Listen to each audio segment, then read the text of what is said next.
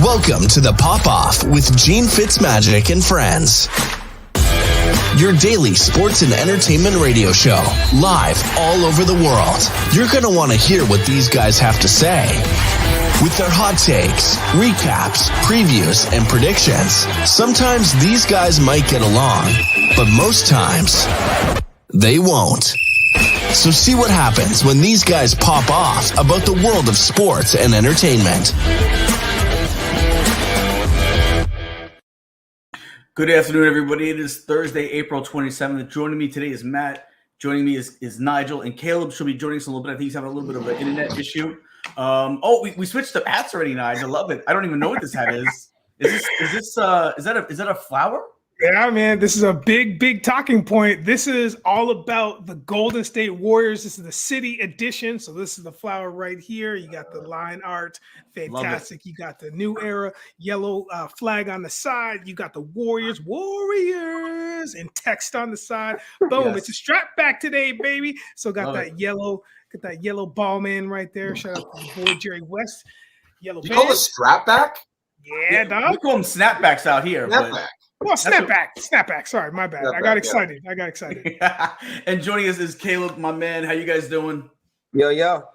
So again, we talked about it a little bit yesterday. I just want to reiterate for anyone that is able to tune in the end of the show. They only sit and watch at the beginning of the show.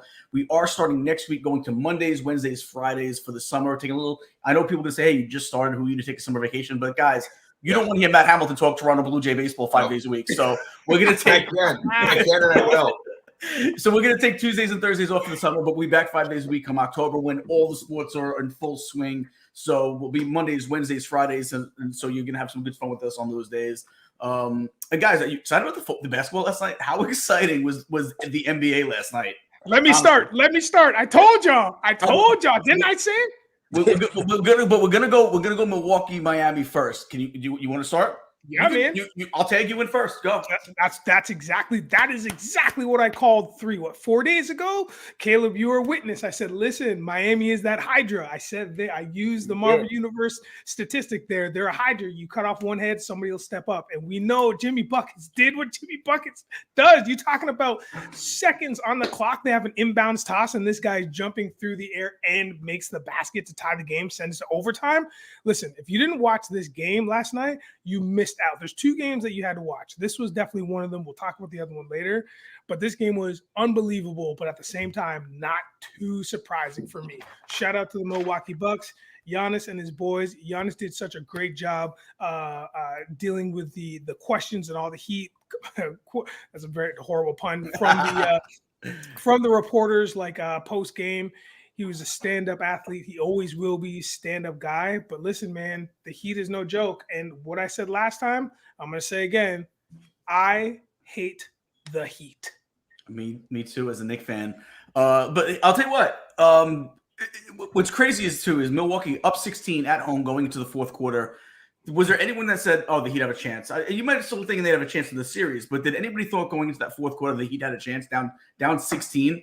But it took a bad fourth quarter. Let's face it. I think they put up like 16 points. Giannis only had 4 points in the fourth quarter, and everybody else seemed to do their job. You know, this Vincent kid is doing his thing at point guard for the Heat right now. Right, last few games have been good. Adebayo double-double, 20-10. Triple-double, 20, 10, and 10. And Butler, obviously, almost 100 points in the last two games. Caleb, are we not surprised about Butler, but are we surprised that they were able to do this? Yeah, of course, because I think it was less of a Heat taking it and more of a Bucks collapse. Mm-hmm. Like, there's no way they should have lost that series, especially with a gentleman's sweep from a hobbled Miami.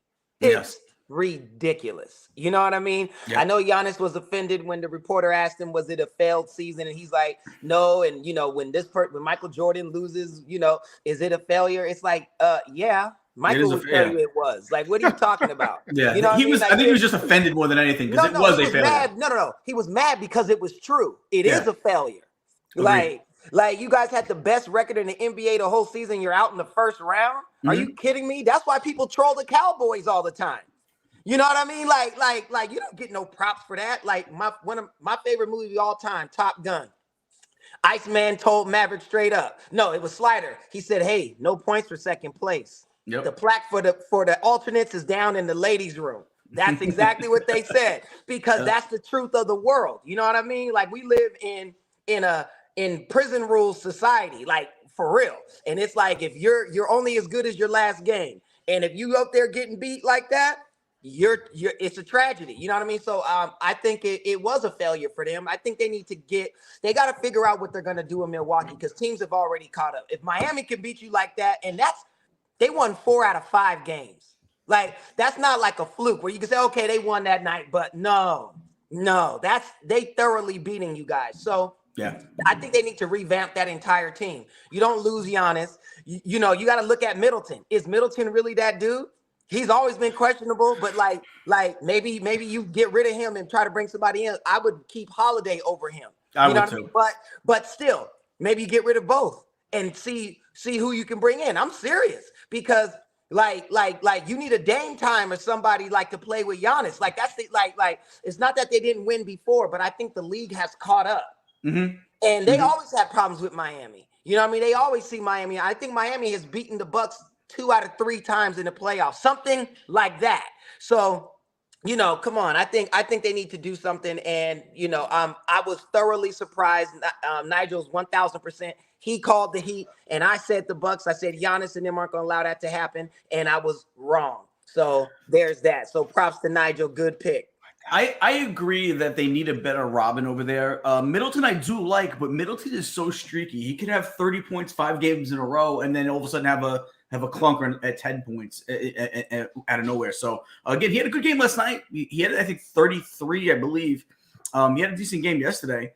It's just that he's not as consistent as you'd like him to be. Maybe it's coaching, because those are fantastic numbers. Maybe it's coaching, and what I mean by that is the Bucks missed 13 free throws. Mm-hmm. How many points did they lose by last night? 2. Okay, so had they made 5, they would have won. Mm-hmm. You see what I mean? Had they made 3 of those 13, I'll tell you what, neither team shot well from the free throw line. But it don't matter when you win. It matters when you lose. And I'm saying, like, look at that. That to me is coaching. There's no way professional athletes, as I always say, making millions and millions of dollars, should be missing free throws that consistently. Mm-hmm. I get missing 1 or 2, but 13 is a big difference. And I think it's part of the reason why they lost. And I think that's coaching. And then defense. Damn. I get Jimmy Buckets is dope, but Jesus. Like, really? Like, you know what I'm saying? Like, just my opinion, you know what I mean? But that's just me. So that's what I say.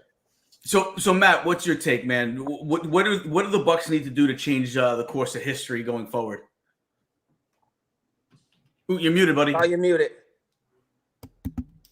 I didn't realize I was muted. Okay. Yep. I kind of don't want to do like a knee-jerk reaction. I like Caleb's Dame suggestion. I think that would be killer. That'd be bloody. But like last night, the Bucks got games out of guys they needed games from. Giannis had 36, right? 38. 38. Middleton had 33. Lopez had 18 and 10. Drew Holiday, he had 16. But 69 and 6, not a bad game, but that's you see that stat line, you go, okay, yeah, they won. What they win by? And to Caleb's point again, like they missed 17 free throws. Giannis missed 13 free throws. Oh, my bad. Yeah. Thank you. That's it. That's worse. Yeah. Those are free point. Like we talked about this with the Raptors.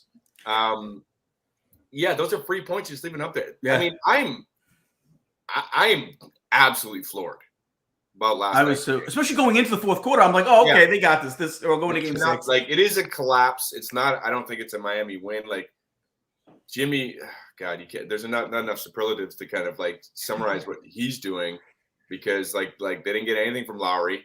No. Vincent was good. Bam was good. But like that team should not beat. Kevin Love had 5 3-pointers. I think that's the most he's had in a game since for the last couple of years, probably. And it just, I honestly can't believe it. I can't believe it. This team, like, there's no way. I get where Nigel's position came from because Giannis was hurt, and so there's a couple of games. But God damn. But can we blame him being hurt? The fact that he played so poorly yesterday, we can't blame that on the injury. Like if you play, you're good to go. He was good. He was good yesterday. Just down the stretch, he wasn't, and he missed too many free throws. No, missing 13 free throws. You make $200 million. That I don't even know what that means. Like you should have a court at your house, and all you do is shoot free throws on the weekends. Like what are we talking about? Because and that's what he does too. Like he works his ass off on free throws. Yeah, you can tell he takes a lot of time. He must be shooting on an 8-foot rim as opposed to 10. He's gonna get back in the gym. Yeah, listen. Because you would think it would show up at times when you need it.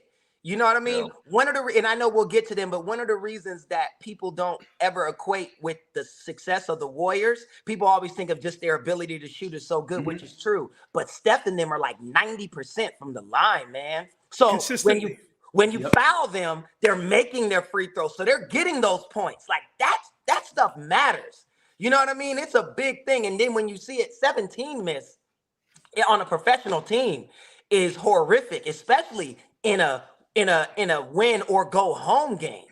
Especially for a team uncharacteristic to shoot that poorly from the free throw line. Right. So, and they were at home. They were home. Yeah, every way. They had no little girls screaming while they shooting. Nothing. Rumor has it DR was not in Milwaukee last night. But I'll tell you what, and you touched on it before a little bit, Caleb, is very uncharacteristic for Giannis to basically bite back at a reporter. He's usually super chill, and maybe it's because he's always kind of getting touched with kid gloves. They don't really seem to really go crazy with him as far as asking him crazy questions, and maybe that was just it's uncharacteristic because he doesn't really get hit with really tough questions. But I thought it was uncharacteristic to see him snap back at the reporter the way he did. It was a justifiable question, and I get being upset. I would have loved to have seen him handle it a little bit differently. Because like you said before, Jordan would definitely characterize anything that was not a championship a failure. He could lose in the finals, and to him, that's a failure. Oh my God, yes. They were the number one seed. They were the best team. Which is why it was a failure. Listen, if they were an 8 seed to a number 1 seed, listen, if the Knicks would have lost last night, and we'll get to that, and the Knicks lose the series to the Cleveland Cavaliers, it's not necessarily a failure. You were the 5 because everyone knows the Knicks are going to blow it. Exactly, Gene. That's a very good point. I'll be back. I agree. No, listen. We'll see how that goes, but we'll talk about that in a little bit. But yeah, I thought extremely uncharacteristic and not really like Giannis at all to do that. But you know what? They're gonna have to figure something out. They have to fix something this offseason because it was not good enough this year. They had a decent bench. I don't know really where other than the free throw shooting, which was the obvious thing. What else could have caused this? Because the free throw shooting was just really bad this one game. It's not like it was a theme for the series. What caused them to lose 4 games? We know why they lost one of these games. What caused them to lose 4 games? Giannis was in most of them. So I don't know. 2, right? Giannis missed 2. I believe he was it 1.5 or 2.5? 2. It was 2. Yeah. But also remember this, and not that I'm not trying to equate Tyler Hero to Giannis. But Tyler Hero was important to what the Heat do, and they didn't have Tyler Hero either, so they were shorthanded as well. That's right. And they couldn't afford to listen. The Heat could not afford to be shorthanded like the Bucks could afford to be shorthanded. We talked about it early in the series. Giannis or not, they should still be able to have beaten the Heat even without Giannis. They have that good of a team there. So at least we thought. We exactly. And again, pressure bust pipes, y'all. That's what that is. It was win or go home, and that's the game you missed 17 free throws in. Yeah. You know what I mean? You got to think about that stuff. That's the whole point. It's not about doing it when it's normal or there's really not that much when there's a tomorrow. It's about doing it when there is no tomorrow. You have to win now. And you pull that, miss 17 then because there was pressure out there. It meant something. So now you get to sweating and your hand is shaking. You know what I mean? And you keep calling for time and backing up and trying to get back in the batter's box and hitting your cleats with your bat and shaking and all that shit because you're scared. We're also talking about composure here. That's what we're also talking about. But we're talking about the fact that we're talking about 2 things: composure and adjustments. Milwaukee didn't adjust. They knew that certain pieces were out of Miami. And listen, cohesively, Miami's dangerous. We know that. It's like Voltron. They're even stronger when you put the pieces together. You put those lines together, but they've lost two pieces. They lost a leg, they lost like a yellow line, and then they lost the green line, which is an arm. They lost a leg and an arm in Hero and in I'm sorry, help me out here. Who else was gone injured from Kyle Lowry, kind of. Yeah, Lowry. He's there, but he's gone. Oladipo, yes. Sorry, so they lost those guys confirmed, right? Yep. But Milwaukee didn't adjust. So the problem was that Jimmy Bucket still did Jimmy Bucket's things. The defense was atrocious against him, man. And then so all he had to do is drive, get fouled, or dish out. And you literally could watch the deconstruction of a championship caliber team in the number 1 seeded Milwaukee Bucks. You saw it right before your eyes, man. And again, fourth quarter, it was down. I got a couple stats here. I want to shout out to the score for this opening paragraph of this article that they printed out. The Heat become the 6th, 8th seed to upset a number 1 seed in the NBA playoffs, the 4th to do so in a best-of-7 series, and the 3rd, 8th seed to eliminate the NBA top overall seed outright. Miami is also the first play-in team to win a playoff series, while Milwaukee becomes the first seed to win only one single playoff game. That is crazy. Those stats and that analogy, that breakdown of the series, wild. Coach Bud, why didn't he use his timeouts? Oh, at the end, yeah. That's another good one. Advance the ball. I think Nigel nailed it. Composure they lost composure, which is so uncharacteristic because Milwaukee's been known to have just really great composure. And that's exactly what it was. They didn't make you nailed it. You know why they didn't call timeouts? Because they lost composure and they didn't make the adjustments they needed to make. And those timeouts probably could have helped them make some of those adjustments. So that's a good call from both of you guys. Why, the one made no sense. You had a second and a half or something like that, and you're coming out of your own zone. You're going to take that shot from before half. Mm-hmm. Why not move the ball up, and then you have a legitimate shot at a shot? Doesn't make any sense. And also, let's not forget that the Bucks traded 5 second-round picks for Jay Crowder, who played less than 1 minute the last 2 games. Yeah, I mean, I don't even know why they even. That's a miss. Yep, that's a huge miss. And I'll tell you this. Can we stop and give Mr. Eric Spoelstra his flowers? Yes. He's been the best coaches in the league around the Bucks coach. Mm-hmm. Just made him just look amateurish. You're in the rec league, I'm in the NBA. And it's crazy because when he first came to the league, we all kind of looked at him like, okay, he's going to be LeBron and Dwayne's lapdog. He's their coach. Right. He's how good of a coach can he be? He's going to let them do what they want to do. But he's shown after they've left, he's overachieving. Outcoached. I mean, with the team that is obviously inferior. Yeah. With one great player. Yeah. And you beat them 4 out of 5 times. We didn't even get a 6th or 7th game. That's how much dude was outcoached. That's insanity. If they lose the next round, it doesn't matter. Well, they better not. It's house money now. Right, I mean, they better lose the next round. We'll talk about that in a minute. But you know what I mean, though? Yeah.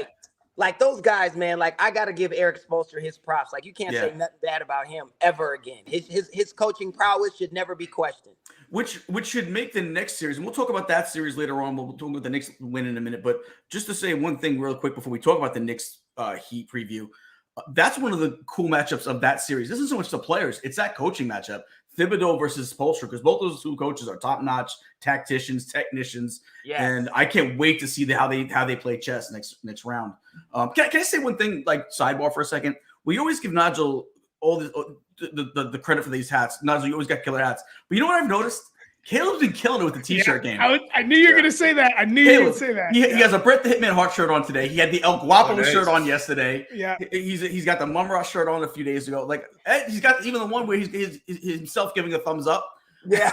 Dude, your T-shirt game is unbelievable. So we got to give a little bit of credit. Wait, you're wearing a shirt with your face on it that had yourself giving yourself a thumbs up. I loved it. Dude, I was I love that shirt. I just don't have the face for it. I would do it myself if I had the face for it. I have it in 4 different colors. Red, black, yellow. I've seen it in 2 colors so far. I think I only wore one, but I've seen it on Instagram before that. But no, this is Bret the Hitman Hart is my favorite wrestler of all time. He is my #1 Canadian, and I love a lot of Canadians like Dan Aykroyd and John Candy and Jim Carrey and Jason Priestley. And where are Matt and Nigel on that list? Somewhere like the top 50. Hey guys. I love the excellence of execution. You know what I mean? So there's that.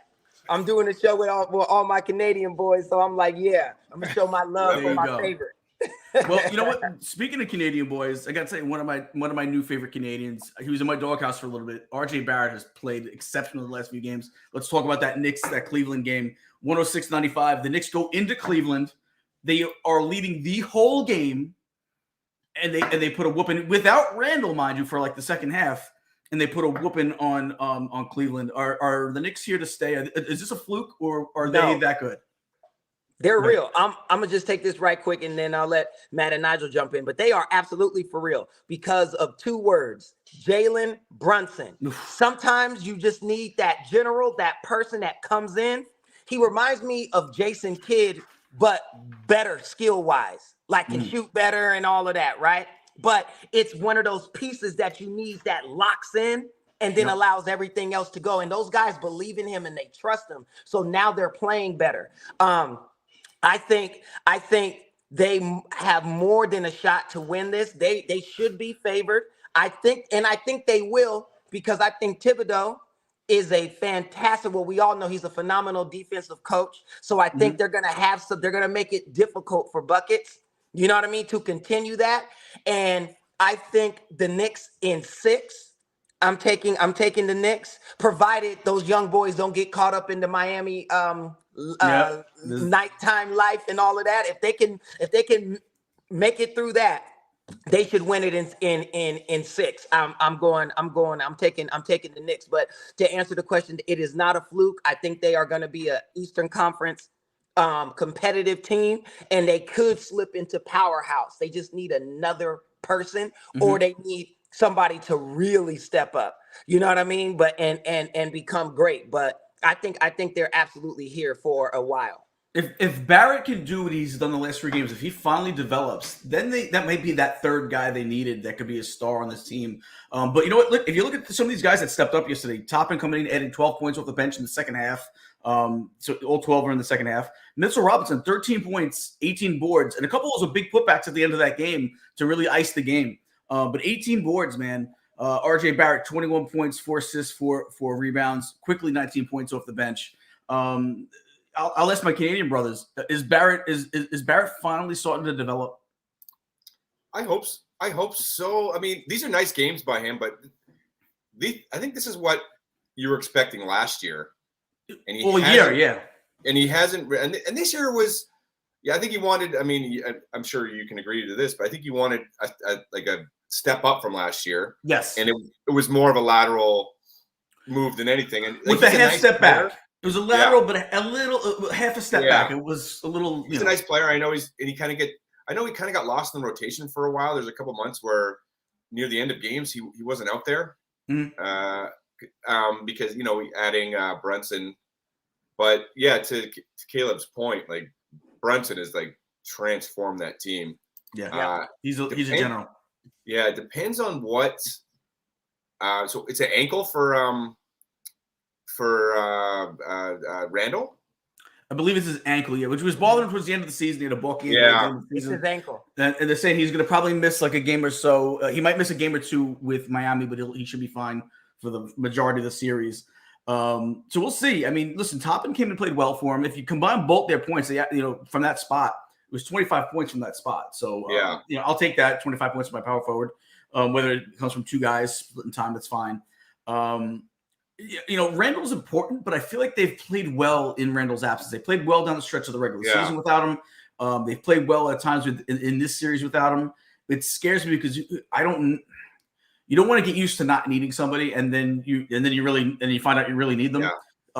But I'll tell you who I'm really pleasantly surprised at. I've seen Robinson really just be so ferocious on defense and on the boards. He had a good game. He had a great game yesterday, so happy with that. And then quickly, he was quiet all series too, and had a nice game off the bench yesterday, 19 points. Nigel, his shooting wasn't great, but a little bit off. I think he was 5 of 15, but he was only shot like 30-something%. But just seeing him be active, I was happy about. Listen, a lot of those guys that come in that are spark plugs aren't always going to shoot great. They're just going to take a lot of shots and be spark plugs. I felt like that was what was missing. It wasn't even so much the fact that he wasn't scoring. I felt like we were missing that spark plug off the bench. Last night, I felt like we had it with him. I felt like last night he was actually coming in and he looked energetic, more energetic than he had the whole series. And I don't know if he just felt it or I don't know what it was, but he had more energy, I felt, last night than he did the rest of the series. But Nigel, what do you got to say about my boys? Oh, my goodness. This is the thing. I got another word for you, gentlemen. The word is synergy. What happened here I haven't watched a full Knicks Cavaliers game. Like I hadn't watched a full one until the other night. And dude, if this Knicks team, if they keep this run going, they're going to be dangerous. I said it before and I'll say it again. This squad was really fun to watch, man. The synergy that everybody had, put in their 2 cents and played their part. Back to our Canadian star Barrett. Listen, what he had is energy. What he needs is energy. This guy, he's a player, but he needs to have the energy from not only his team, but I think he needs it from the crowd, whether it's home or away, because it seems like sometimes he like you guys said, he just devolves into like a lesser player than he should be consistently. Mm-hmm. And so when he has the energy, when he's coming off the ball, coming off the pick and rolls, I mean, this guy he's unstoppable in terms of being a player that you need on this team, a piece that you actually need here.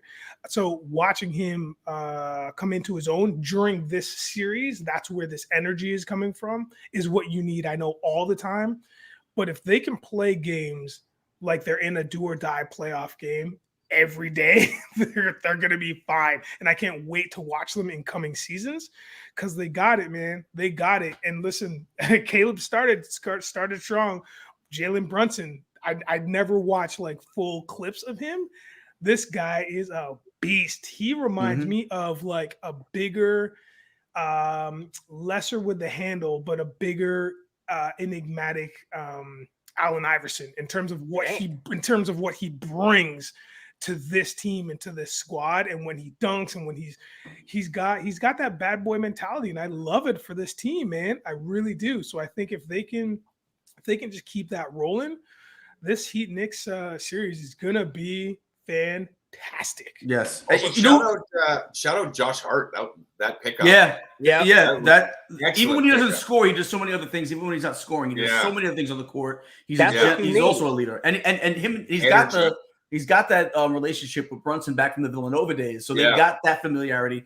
You know, and Nigel really called it. One of the things that I really love about this team is you could tell they used the word synergy, and that's a perfect word because you could tell how much these guys really enjoy playing with each other. There's a closeness and a bond with these guys. Most teams should have it anyway, but I feel like these guys, they're getting it at the right time, and you could tell how much they just enjoy playing with each other. And that they're there for each other. So I haven't seen this close of a Knicks team since maybe our 90s teams where they felt like just a complete unit where they were all in for each other. Cleveland just didn't look ready. Like Donovan Mitchell didn't have the last couple games where Donovan Mitchell weren't great. They're probably a player short as well. They're probably another player down that they need to get. 1,000% they're a player short. You know, if Garland develops and then maybe that there, but they need to add somebody else on top of that. Evan Mobley looks raw, very raw. Good defensively, but he definitely needs to step up the offensive end of his game. And to be honest, even defensively, this series didn't play like the candidate, one of the finalists for the Defensive Player of the Year that he was. He didn't look as good defensively. And Isaac Okoro, another guy I expected more from defensively this series, and he wasn't really what came in as advertised. But I'll tell you one of the things that I feel bad for Barrett on is, and fairly or unfairly, I think one of the reasons why we look at him having such a bad season this year too is because he was one of the guys that possibly held up to the Donovan Mitchell trade. So we looked at it like, there's more, when that's the guy that you say, well, we're not trading this guy because, we believe in him. And then he doesn't come in and have a great season. It's going to feel worse than maybe it really was. Maybe it wasn't as bad of a season as it felt, just because we looked at it like Donovan Mitchell's having an MVP caliber season, and we could have had him on the team if we didn't hold it up for RJ Barrett. So that's on his fault. It is what it is. That's not his fault. He shouldn't have to pay the penance for it. It's just what it is. But let's get into the next game. Memphis closing in on the Lakers, coming up 3-2. I'll tell you what, he might have been a little right because LeBron looked old yesterday. LeBron looked a little old. It's hard. It's hard to stay consistent at that level. And one of the things, and it's so funny, I was watching First Take this morning, and I think Jay Will said it. He said, look, LeBron can't just be running up and down the court with these 20-something-year-olds. Yeah. like that. Like he said, he does not want to get into a running match with those kids because they really are. And it's true. So he's going to have to pick it. It's like I think it's just a lot. And AD can't do it. AD ain't trying to run up and down that court. So Memphis can win if they just play faster. The problem is they're not as consistent either because Bane is going to get his and Ja will get his, but that's not enough to beat an on Lakers when they're all playing. And they're going to come. The Lakers are going to give their everything on Friday. They're going to try everything because they do not want to go back to Memphis for a game 7. So they're going to come out full on. So I think LeBron pulled up a little bit when he realized, okay, these young boys is out here. Somebody call my old lady. These young boys out here. You know what I mean? He was going to come. He's like, I'm going to rest up, drink some Gatorade, relax, get ready for Friday because that's what he has to do. And then he's going home because he's not beating Golden State. And yeah, I said it, Golden State is going to beat the Kings. I know we're going to get to that, but they're going to beat them. And it's going to be the Lakers and Golden State, and the Lakers are going to lose. I'm telling you now. Well, I'll tell you what, Davis had a good game, 31-19, 31 points, 19 boards. Bane, fantastic, almost, 33 points, 10 boards. He's always been a good shooter, Bane, but he looked exceptional last night. And Morant played above the rim yesterday, man. Morant was all over the court. You could tell how hungry he was to get this series back on their side of things. I mean, he was doing putback dunks like a center or a power forward. Like his hand wasn't hurt. And like his hand wasn't hurt. Maybe could that have been a little gamesmanship? Maybe it wasn't that bad. I mean, who knows? It might have been fake MRIs because he has not looked hurt since the injury. He has not looked hurt at all. What's your take on it, Matt? Yeah, I think the Lakers. I mean, LeBron. He's going to have games like this every now and then, as much as he wants to, be the guy. He's fucking 38 or turning 39. Like, yeah, it's going to happen. Yeah. The Lakers probably want more to D'Angelo Russell in a game like this because Davis was good. Davis still had 3 times where he fell innocuously to the ground and rolled on the fucking ground. Like, are you kidding me, man? What is your deal? I also, Grizzlies looked really good yesterday. Bane and Morant were awesome. Jaren Jackson Jr. was really good. Yeah. But I also want to do a shout out to a Canadian boy, not a good one, Dylan Brooks. Ever since he started talking shit, and listen, I love that when you're like a shithead and you're getting in LeBron's kitchen. He's been fucking awful. But the worst part is he's such a bitch after the game. He won't talk to the media. No, I know. We talked about that yesterday. What a bitch move. That's such a bitch move. And I hate that. Back it up. Go. You're going to run your mouth like that. After the game, go, yeah, shit. He was good. I wasn't good. I got to be better, blah, blah, blah, blah. Or keep talking shit. He ran his mouth after game 2. His mouth after game 2, and then nothing. Oh, it's like he took his ball and went home. I'm not playing with you guys anymore. I'm not having fun. So, I hate that shit, man. If you're going to be that guy, then be that guy. Yeah, I agree. Respect that. I'll tell you what I thought. I thought that the Lakers came out with just a ton of energy to start that game, but it also made them sloppy. I felt like they were really sloppy to start. First 5 minutes of that game, they were buzzing around the court, but they looked sloppy at the same time. And I felt like I don't know if the energy, if they were just too cranked up for the game. They were bad passes, bad shots. Turnovers. I thought a lot in the beginning of that game, which maybe set the tone because when they came out that with that much energy, and Memphis was able to sustain what they were doing and kind of get past it. Once you got to that second half of the first quarter, you could see where the Lakers started to slow down a little bit. But I thought that might have been part of what maybe set the tone is that they came out on fire, just weren't sinking shots. They were a little sloppy because of it. But Nigel, what did you take out of it? First of all, I want to hit up that Brooks comment that my boy Matty mentioned. Hilarious. Yes. I just want to mention that Brooks is from Mississauga, which is a suburb of the metropolitan of Toronto, which also means he'll talk a big game, but he's not really going to come with the heat at the end of the day because he's from the suburb. He's not from. I gotta he'll say he's from.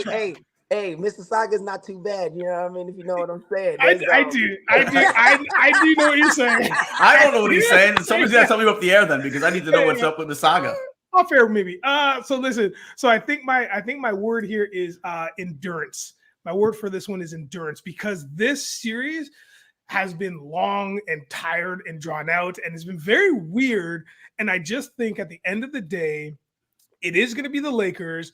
I think what Memphis brings, I think what, Ja brings, and who else? Maybe Brooks or like Jackson Jr. What these guys bring is an inconsistent energy that they can't hold up. I don't think they can hold that up consistently. They're not there, man. They're just not there. What the Lakers have is that endurance, that long game. Sure, man, maybe they took the night off last night or whatever it may be, but I think they'll last longer over a longer period of time.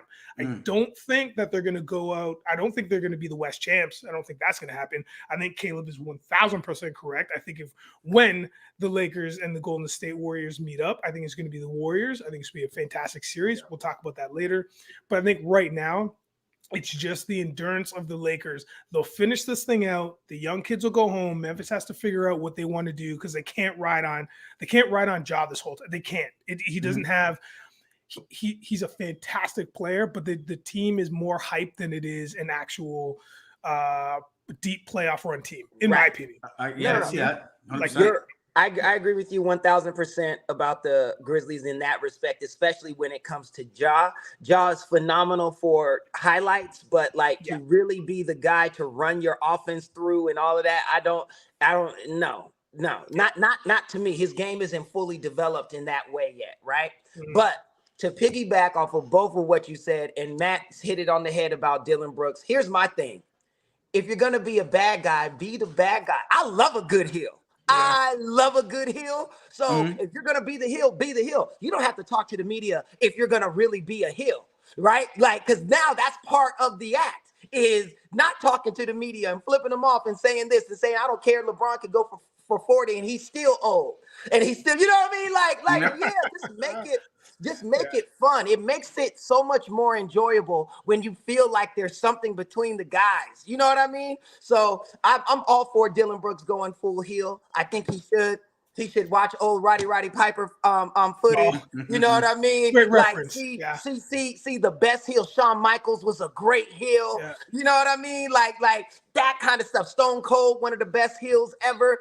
That type of stuff. I'm like, yo, I'm all for it. And the King, Ric Flair. I got plenty of his shirts too. You gotta have listen, to be the man, you gotta beat the man. You gotta have that. So that's what I would want Dillon Brooks to do. Just embrace it. He'll see endorsements go through the roof. If he embraced being a heel, watch the stuff that comes to him. It's work for Draymond.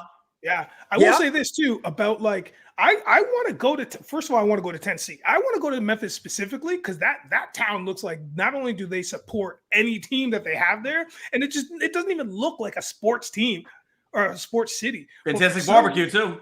Yeah, man. But for some reason, people show up, artists show up, rappers, hip hop, everybody shows up. And that's exactly what I'm saying. The energy is there for that squad, for the Grizzlies specifically, but they ain't got it. But it's bananas. I mean, who knows what your packed stadium can do, man. Yeah. So do we think that the Lakers are they going to pull it out game 6? Yeah, Matt? I think they will. I feel like they have to. They kind of have to. If they lose 6, they're not going to win game 7. They need this series over ASAP, pretty much. Yeah. The sooner they end it, the better. Because the longer it goes, the tougher it's going to be for them to close it out. There again, Dillon Brooks, as much as we wanted to say he was right for saying what he said or this or that or whatever, he was right. They are an older team, man. For the most part, they got a lot of old pieces. And if they're not old, they play old. Anthony Davis isn't really old, but he plays old. He doesn't. Do you know what I mean? So that's it's just what it is. So yeah, I agree. I think the Lakers. In fact, I'll go this far as if the Lakers don't close it out in 6, I don't think I think they will lose. No, I agree. But I think they will win because I think they'll win in game 6. Yeah, I think they will too. It's going to be hard to beat them on that floor. They're going to be hyped. Yeah, The LA and the crowd is going to be rocking, man. Yeah. So, yeah. but you know what? One of my favorite series is, and I've had a lot of enjoyment watching it, is this Golden State Sacramento series. Golden State pulls out; they get the lead 3-2, going up 123-116. Curry 31. Clay actually had a nice game yesterday. Finally, he woke out of his little slump. 5 or 11 from 3-point range, 25 points. Wiggins 20 points. Draymond Green really efficient night, 21 points, 4 rebounds, 7 assists, 8 of 10 shooting. I thought he had a fantastic game. That's an anomaly, though. Yeah, it is, but he did do it, and we got to give him credit for having a nice game. And I don't think he started last night. I think he came off the bench. Yeah. Listen, Nigel, what I say? I said the Golden State Warriors could be down 3-0, and I'm not worried until we get to if they're down 5 points with the minute left in the fourth quarter of Game 4. If they were down 3-0, I firmly believed in this team. The veteran presence there, being through all the trials and tribulations that they've been through so far. I'm not surprised that they took this 3-2 lead. Are any of you guys surprised they took a 3-2 lead? No. Heck no. Now, I expecting screws out my prediction, but yeah, you did have the Kings in 6, I think, right? Or was it 7? 7. So, well, listen, it could still happen. It could still happen. Could still happen. Listen, I don't love the odds of it, but it can still happen. Because I don't know how much Fox's hand is bothering him. He didn't have a very good shooting day yesterday, so he didn't. But he still filled up the stat box. He filled up the stat sheet. Well, if you take 25 shots. Well, yeah, but he also listens 9 assists, 7 boards. Yeah, he had 2 steals. He had a block. He had a good game. But down the stretch, when the game was close, during the season, he was the number 1 clutch player in the NBA by a fucking mile too. Yeah, and he couldn't hit anything down the end. So I don't know if it was the defense. Or I don't know if his finger affected it, because they kind of went to Monk after he kind of bricked a couple. And Monk had a good game. Monk was really had a great game. 21 points, I think, something like that. So Sabonis has been completely outplayed by Draymond last night. Yeah. Yep. Sabonis had a fine game, but this is one of the top offensive players in the league, who at one point was in consideration. Well, not really consideration, but talk of MVP stuff. Yeah. You just kind of want more than what he's giving you. This is a guy who a lot of times in the year dominated games. Especially if you're short. If Fox is banged up a little bit, you need more from Sabonis. And you can't rely on Monk, because Monk is too streaky. He got 21 points last night, but that was his best game of the series so far. He hasn't really had many other good games. I think one of the wins they had, he had a good game. Yeah, he had a good game, I think, in Game 2. Yeah. But Herter hasn't done much either. No, and really? that's a big missing part, because his outside shooting is needed. But I'll say this about Sabonis: it's like what he needed to do yesterday was not allow Draymond to get 21. You let him get 10, which shouldn't be too hard, because he almost never does. Because if he gets 10 instead of 21, the Kings win that game. You see what I mean? The fact that you let him get that anomaly of 21 points. I don't even know when was the last time Draymond has had 20 points in a game. We should look at that, right? And it's like to allow that is what happened. Patty, look at some that Draymond scored 20 points. See if you can find that for us. Yes, please. I'll see if I can beat Patty. And they always like to race. And this is what he had for the series. Look. The one game he missed, that's why it's the zeros across the board. But 12 points, 3 for 14 shooting. If he does if he averages what he did between games 4 and 5, yeah, you're right. If he does the average of that, it's probably enough for the Kings to win Game 5. No, they win. So, everything plays the same except that they win that game. All right, you guys ready for this? Yeah. The last time he scored 21, win again, Patty. The last time he scored over 20 points was not this season. So there you go. He hasn't even hit 20 points this season. My point. He got 19 once. Exactly. So there you go. And listen, season high on you in your own stadium. Kevon Looney, also shout out Kevon Looney.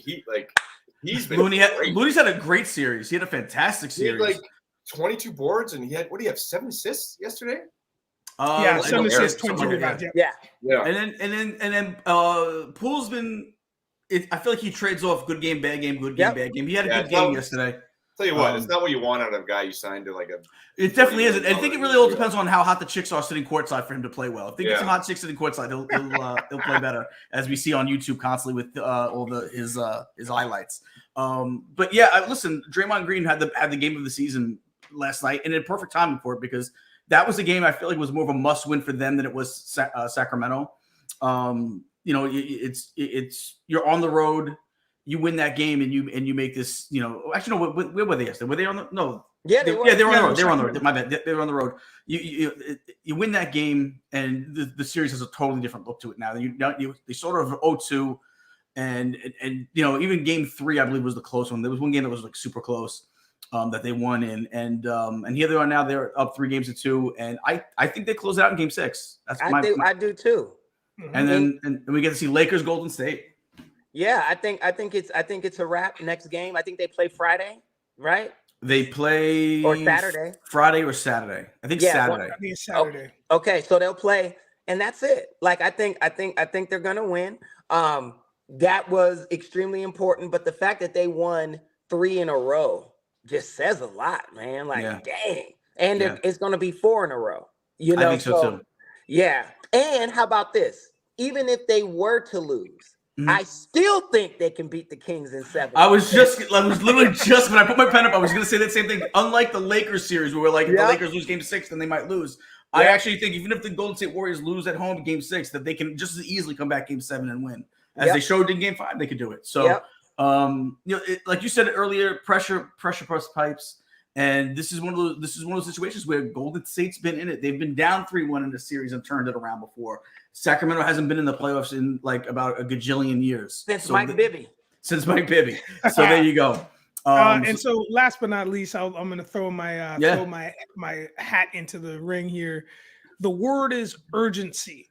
That is the word. What's happened here is that we have witnessed Golden State realize the urgency to get Sacramento out, not only out of their game plan, but out of their mix, so they don't know what's happening, and then they are done. What we saw specifically last night was a game where Sacramento was constantly fighting. They were like salmon going upstream. They were getting buckets, man. They were getting buckets, but they were constantly jumping out of the water and trying to get back in and trying to get upstream, because the urgency of Golden State wanting to get a bucket faster than you, before you, whether it was a 2 or a 3 or get a rebound before them, was so apparent that they just could not keep up, man. They could not keep up. And it was so fascinating to watch. Again, Sabonis had a great game. Barnes had Barnes had an average game, but all these guys, all these players on Sacramento that had put Sacramento back onto the map, they could not keep up. They had all these glimpses of hope, but Golden State just never wavered, man. And the urgency was there. And I think that's what's going to happen. That's what we're talking about. The next game is theirs. The series is done. And if it does happen, I'm just going to, repeat what you guys have just said. If it does go to a 7, it's still going to be Golden State, because they know what they're in for. They know how to win games, man. And when they're on all cylinders, listen, it's like it's ridiculous. I don't care if Poole's having a good game or a bad game. He's going to get a bucket, and that bucket is going to count at a very specific time. That will deflate a lot of the air out of the tires of Sacramento at any point in time. You're 1,000% right, and your boy Wiggins could do it as well. Right, he showed up. If he has a great game, it's really hard to beat the Warriors. But I will say this for the Kings, Kings fans and everybody. The Kings are here to stay. Yeah. In the next 2 seasons, they're gonna be coming out the West. I'm picking them too, because Golden State will be old, the Lakers old, Clippers old. Nobody can beat that young team. You see how they're playing now. You know what I mean? It's like the way Chicago was back in the day with that guy named Michael Jordan, that they were like, he's a ball hog. He's this, but they look like they're right there. They can't beat these Pistons. They can't beat the Celtics. But one day, once they do, it's like that with these Kings. Like they're the next team. It's just not this season, I don't think. I want them to be. I agree. I think if you see Phoenix add some depth to that team, you're going to see a lot of Western Conferences come down to Phoenix and Sacramento, because Booker and Ayton are still very, very young, and KD is still doing it. So I think if they add a nice young piece to that team and maybe some depth to the Phoenix Suns, I think you're going to see the Sacramento Kings and Phoenix Suns battle back and forth over the next maybe 5+ years. You really will, especially if they keep that team together. Yeah, because I don't see any other team really, because you think like they start to get a little long in the tooth. I think the Nuggets are good, but Jamal Murray, he won't be there because his knee can't take this too much longer, right? Jokic can play till he's 50 because his style, but still, I just see the Kings. I think they're going to make a lot of noise in the Western Conference over the next 3 seasons, like for real. You know, he reminds me of Jokic. Western, huh? No, I'll go ahead and finish. I was gonna say at minimum, I see one Western Conference title, like them going to the chip at least one time in the next 3 seasons. I don't know when, but I'm predicting in the next 3, they will absolutely represent the Western Conference in the NBA Finals. I agree with that. for sure. So you know what? Let's get into some headlines. We're done with our games. I got to find the headlines. There we go. All right. So we went through all the games. We still took Julius Randle sprains left ankle. We kind of touched on it from before with Game 5. How important do you think he is going forward to the Heat? Do they need him to beat the Heat? Yeah. Can the Knicks beat the Heat without a fully operational Julius Randle? This is the one thing. This is the one thing. Yeah. Sorry, Nigel. You go. Real quick. This is the one thing that I think I'm scared of for your Knicks is that I don't think your squad can afford anybody to have any injuries, anybody to miss a game. I just feel like they're not the squad that's deep enough. They're not the Heat who has just proven that they have the one stud, they have an all-star, and then they have a lot of great supporting cast. Role players. Yeah, role players. I'm afraid that if you're Knicks, anybody from your starting 3 or starting 5, if they go down for too long, I feel like it's a wrap, man. I think the whole thing's just gonna blow up. I don't know. Here's what I don't know. One, if you would have asked me a week ago, I'd be like, yeah, no, the Knicks can definitely beat the Heat without Randle. Yep. I wouldn't even have thought twice about it because I think the Knicks are a far superior team. However, let's ask you today. Jimmy Buckets terrifies the shit out of me, dude. Well, and that's just what it is. You know, the New York media is killing. The Knicks they have a shot to go to the finals with. Listen, the Heat just beat the Bucks. The Heat didn't just sleepwalk through a series. They beat a really good team. So why couldn't they beat the Knicks at that point? I'm by no means saying, listen, is it an easier matchup, Heat versus Bucks? Heat or Bucks? It's obviously the Heat. But the Heat are still playing exceptional basketball right now. Yeah. So. Yeah, I agree. So, all right. So hopefully Randall will be back and we can all pick the Knicks in 6 or 7.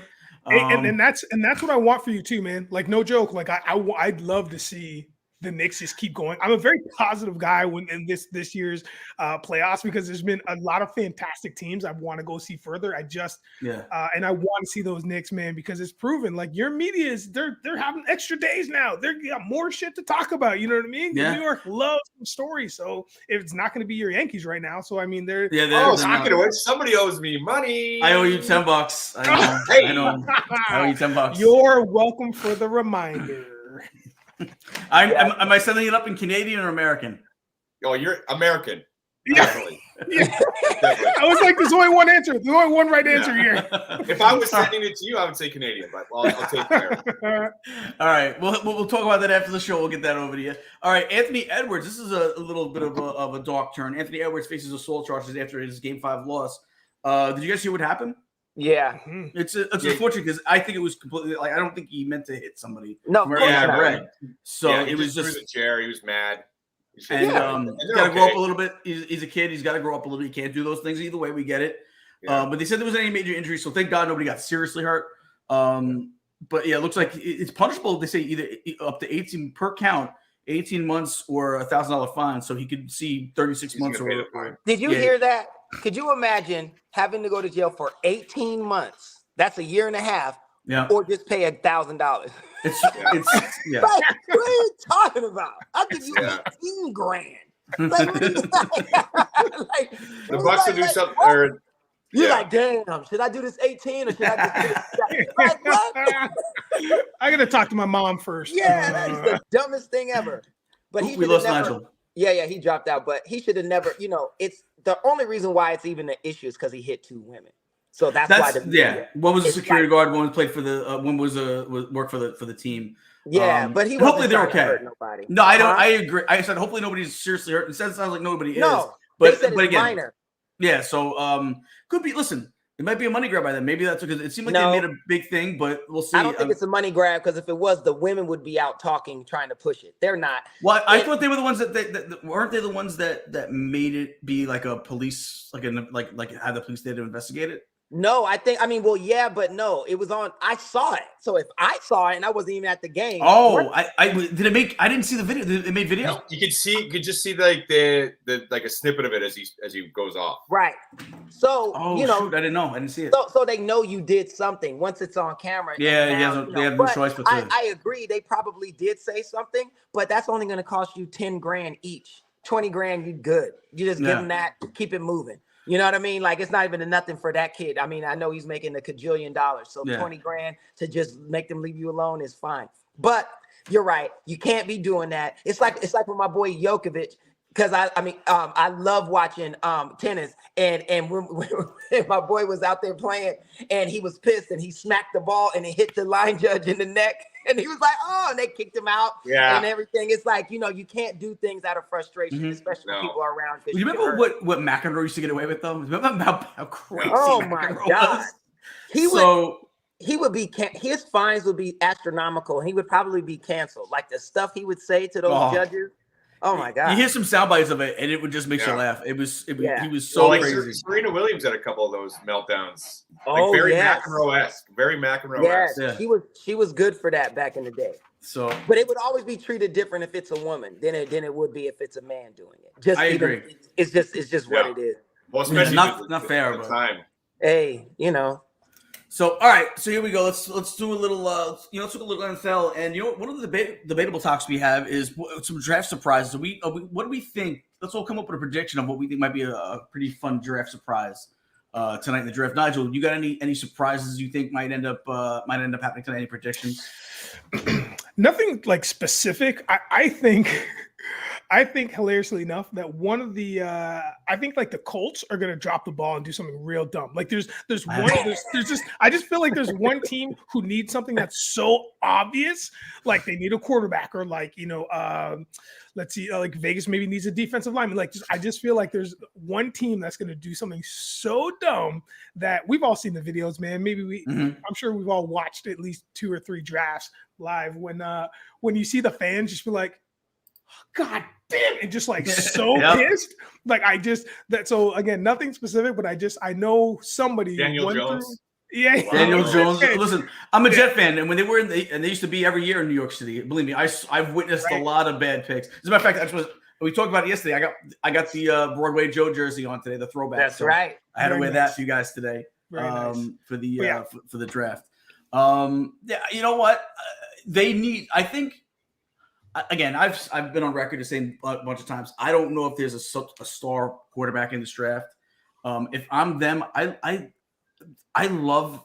The more I'm watching him, the more I'm realizing I think he's the guy as Anthony Richardson. But you can't expect him to come in and start right away. He needs a year of seasoning. He needs a year of coaching. I think he needs what can I tell you who they're not going to do it, but you know who should draft him if they can move up to get him, or if he drops. The Giants, and I'll tell you why the Giants, because we all don't think that Danny Dimes is the answer, right? No, we can all agree with that. But what he did do is he took a quarterback out of college, very similar to Anthony Richardson. When I say that I mean Brian Dable, and made him a star. Anthony Richardson played. If you look at what his stats were, if you look at his playing style, he very much reminds you of Josh Allen at Wyoming before he got drafted by the Bills. I would, if I'm the Giants, I'm saying, let me get that kid, give him a year under Danny Dimes. You got Danny Dimes here for 2 years, and really coach up Anthony Richardson, and maybe Anthony Richardson could be that next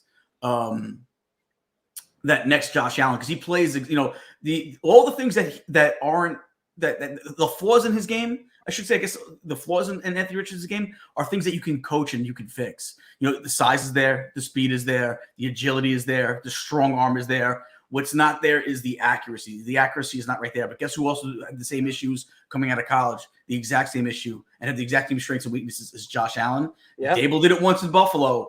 That would be a perfect spot for him. They could make him a star in New York. If they could make a Josh Allen a 2.0 and Anthony Richardson down here in New York, I think they should. I think they should do it. Now, I don't want to see the Giants succeed. I hate the Giants, but that's where I would go. I know they won't. They're not going to do it.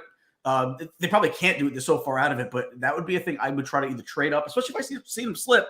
If Anthony Richardson can go anywhere from 2 to like 20. Really, if you really think about it, you hear sometimes that you might hear about a team that might want to go up to 2 to get him, that might take him over CJ Stroud.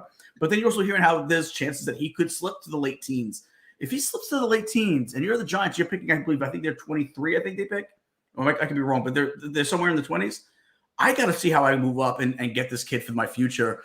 Again, you only have Danny Dimes for 2 years under that contract, really, and so you're not locked in long term either way.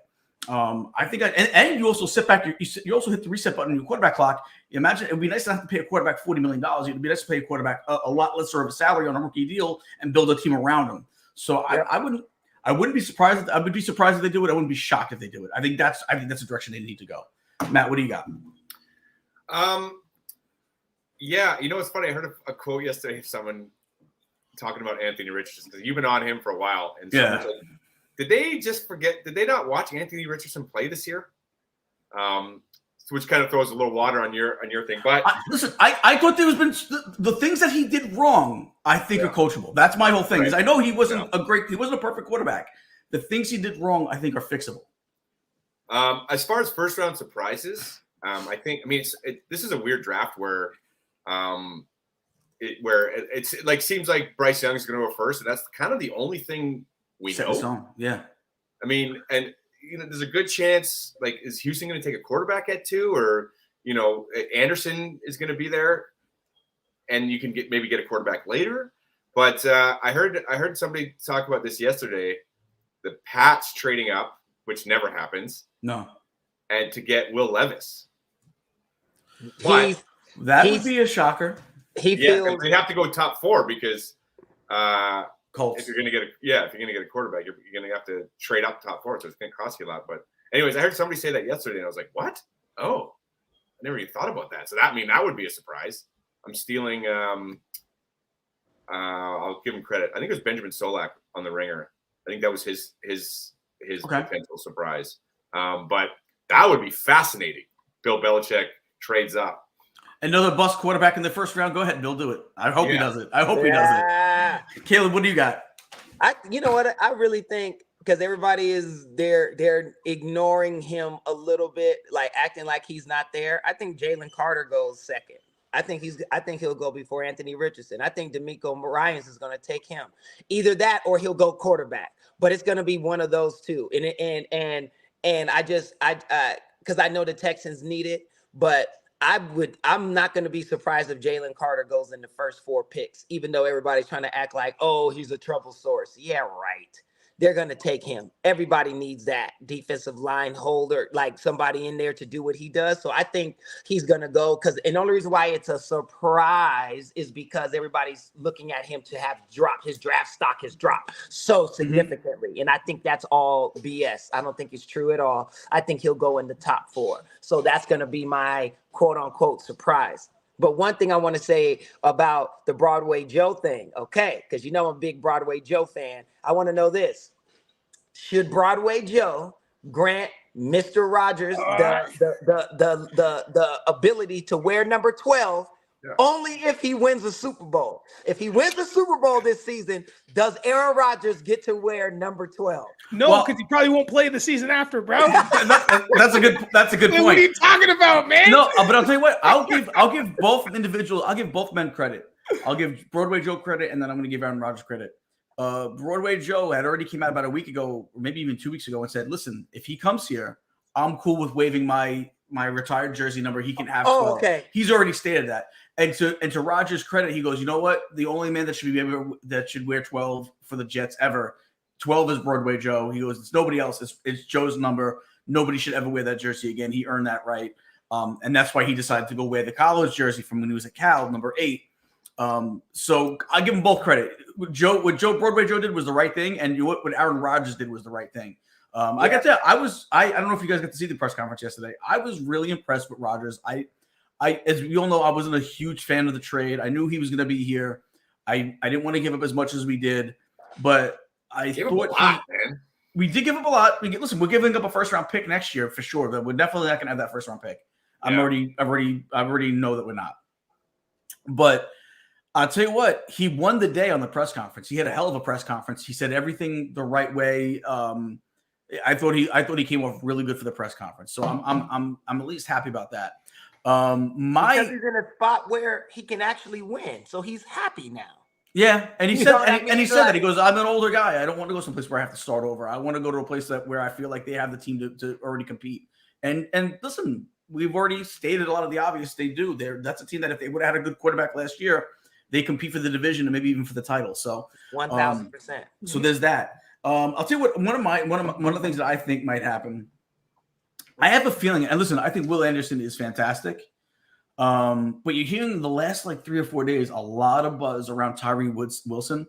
I'm gonna say I think Tyree Wilson goes ahead of Will Anderson. As much as I think Will Anderson is probably the better pick, I have a feeling someone's gonna take Tyree Wilson ahead of Will Anderson. I'm not saying it's a lock stock type thing, but I have a feeling that there's somebody out there that's gonna pull the trigger on him before Will Anderson. I don't think Will Anderson makes out of the top 5. Don't get me wrong. And we'll talk a little bit in a few minutes about Jalen Carter, where I don't think he gets out of the top 5 either. No, but I don't. Yeah, I don't either. Seattle, first of all, Seattle loves him anyway. So if he's there at 5, Seattle's taking him, and that's kind of what we're going to be talking about.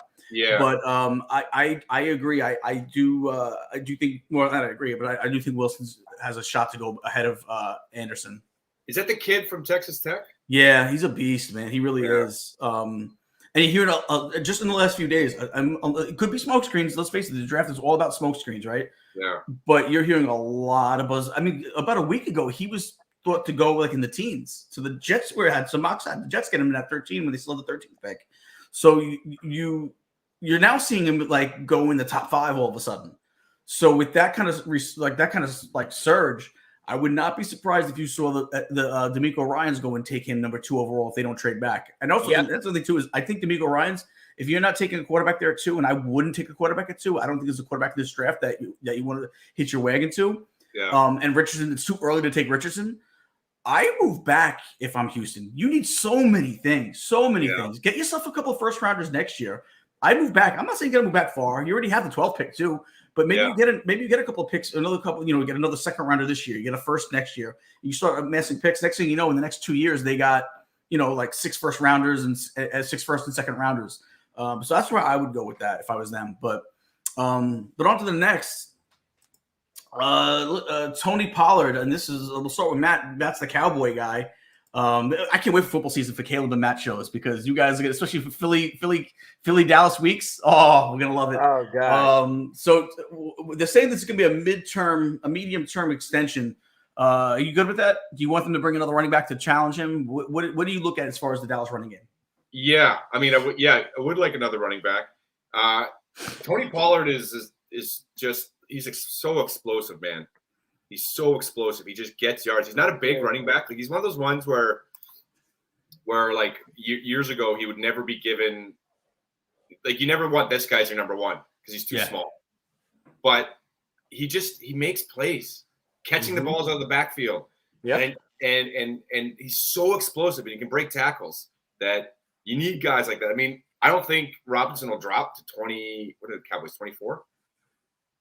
I'm not sure if we have. You should know. You're the Cowboy fan. How do you not know? I should know. They're 26. Sorry, 26. 26. Okay, there you go.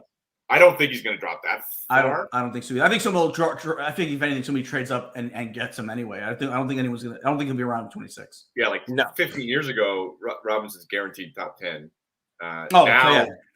Now with, I mean, he would be like a perfect combo. A big guy like that who can also catch the ball with Tony Pollard.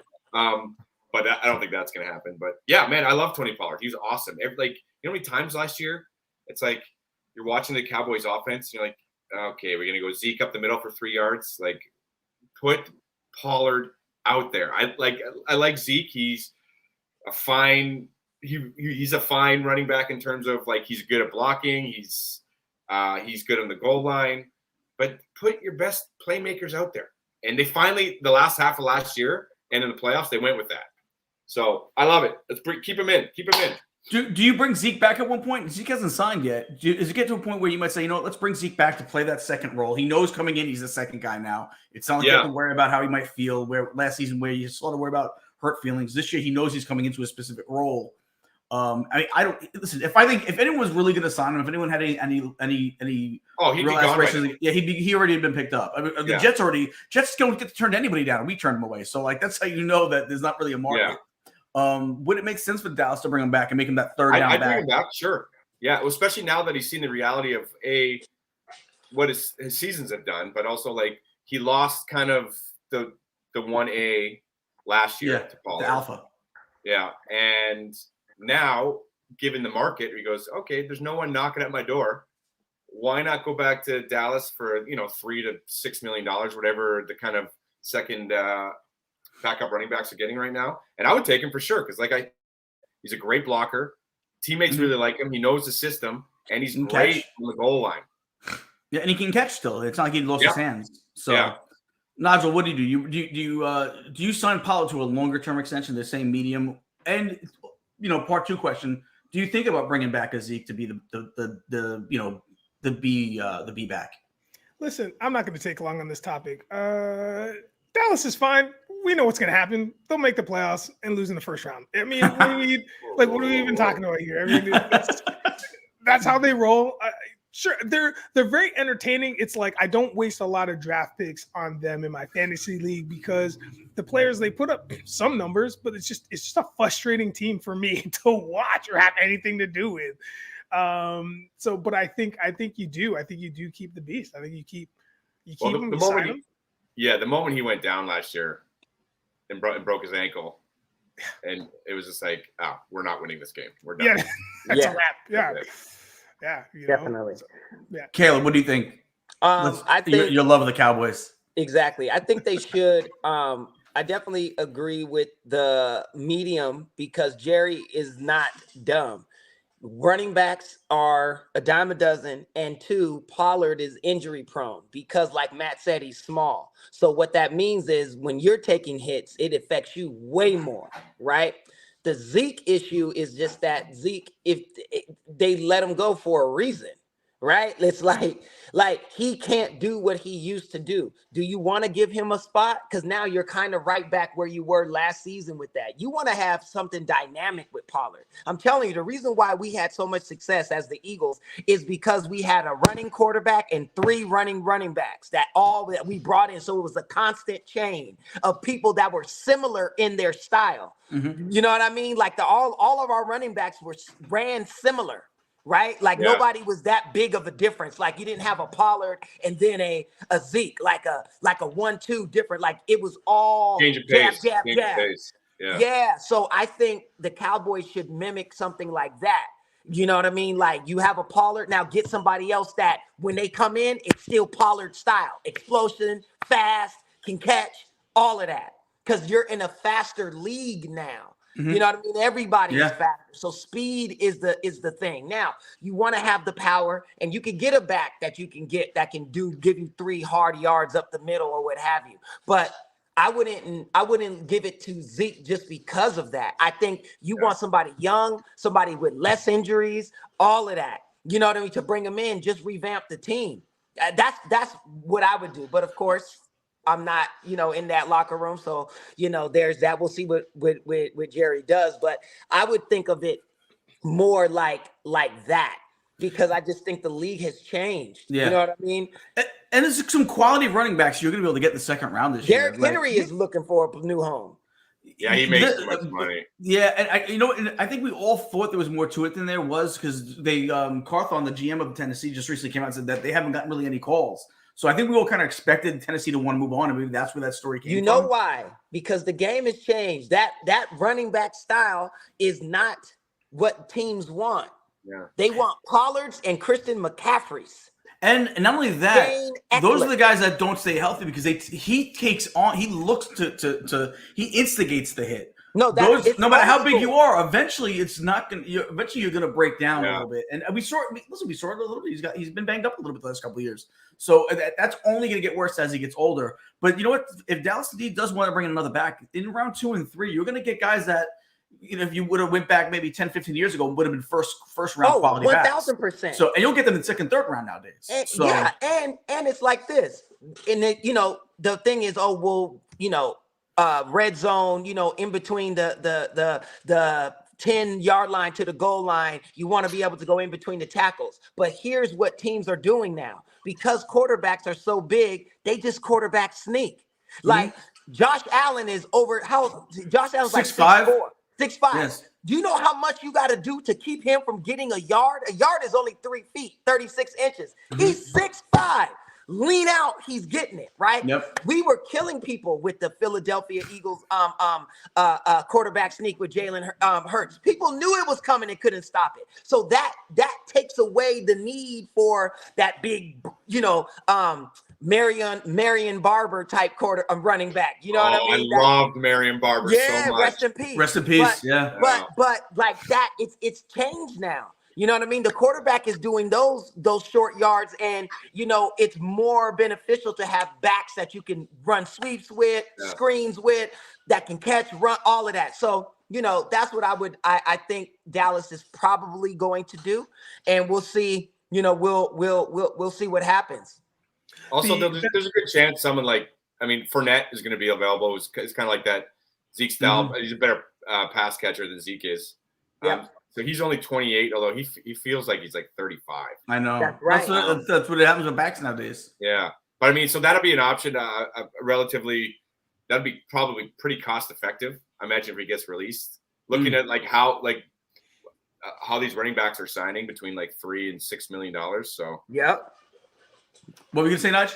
I was just gonna say the evolution of the running back has been very fascinating, because now, to Caleb's point, I think this is a real thing that we need to look at or dissect, is these teams being able to be versatile. I mean, we've been doing it for quite a few years now. When I say we, I mean the Steelers, but getting a running back that is not only a little bit leaner, but has really great hands, can block for a short amount of time, but can always give you the burst off the line, whether it's the sidestep and then a Le'Veon Bell. When we had Le'Veon, that was when he was at his peak. He's kind of sidestepping to find that hole, and then he'd make it happen.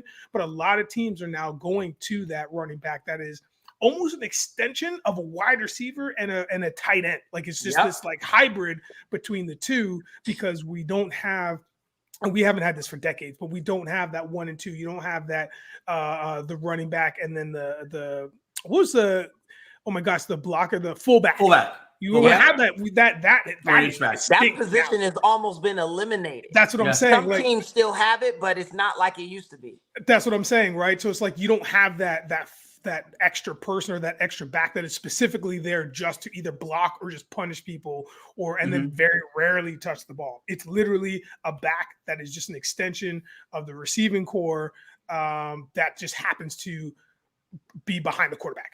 Tony Richardson was the last one we had that was really any good. I mean, he was less standout fullback. And that's what San Francisco has perfected with Debo. Yeah. Yeah, basically. Le'Veon Bell. Remember he did his holdout? How'd that work out for him? Oh my God. Shit. Yeah.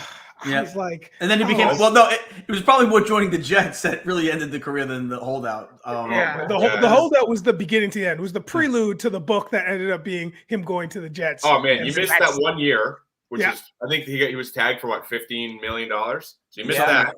He didn't sign the 5-year $70 million offer. He went to the Jets for less money and was released a year and a half later. Yeah. Now he's getting knocked out in amateur boxing matches. Yeah, that was a great. That's a great Jets signing. Well, it was, but there's that. All right, so I just realized we actually missed the first one before draft prospect. Quarterback Hendon Hooker expected to be cleared by week 1, which is a surprise because I think we all kind of expected him to maybe even have to miss the year. He tore that ACL late, man. It was in mid-November. So the fact that he's going to be cleared to go week 1, I don't think he'll be cleared to play by week 1. I think what they meant he'll be cleared to start resuming, training and stuff by week 1, which means that you could see him mid-season if whoever drafts him. Do you think this helps his draft stock, or do you think he was going to get picked where he was going to get picked in the first place? What do you think, Nigel?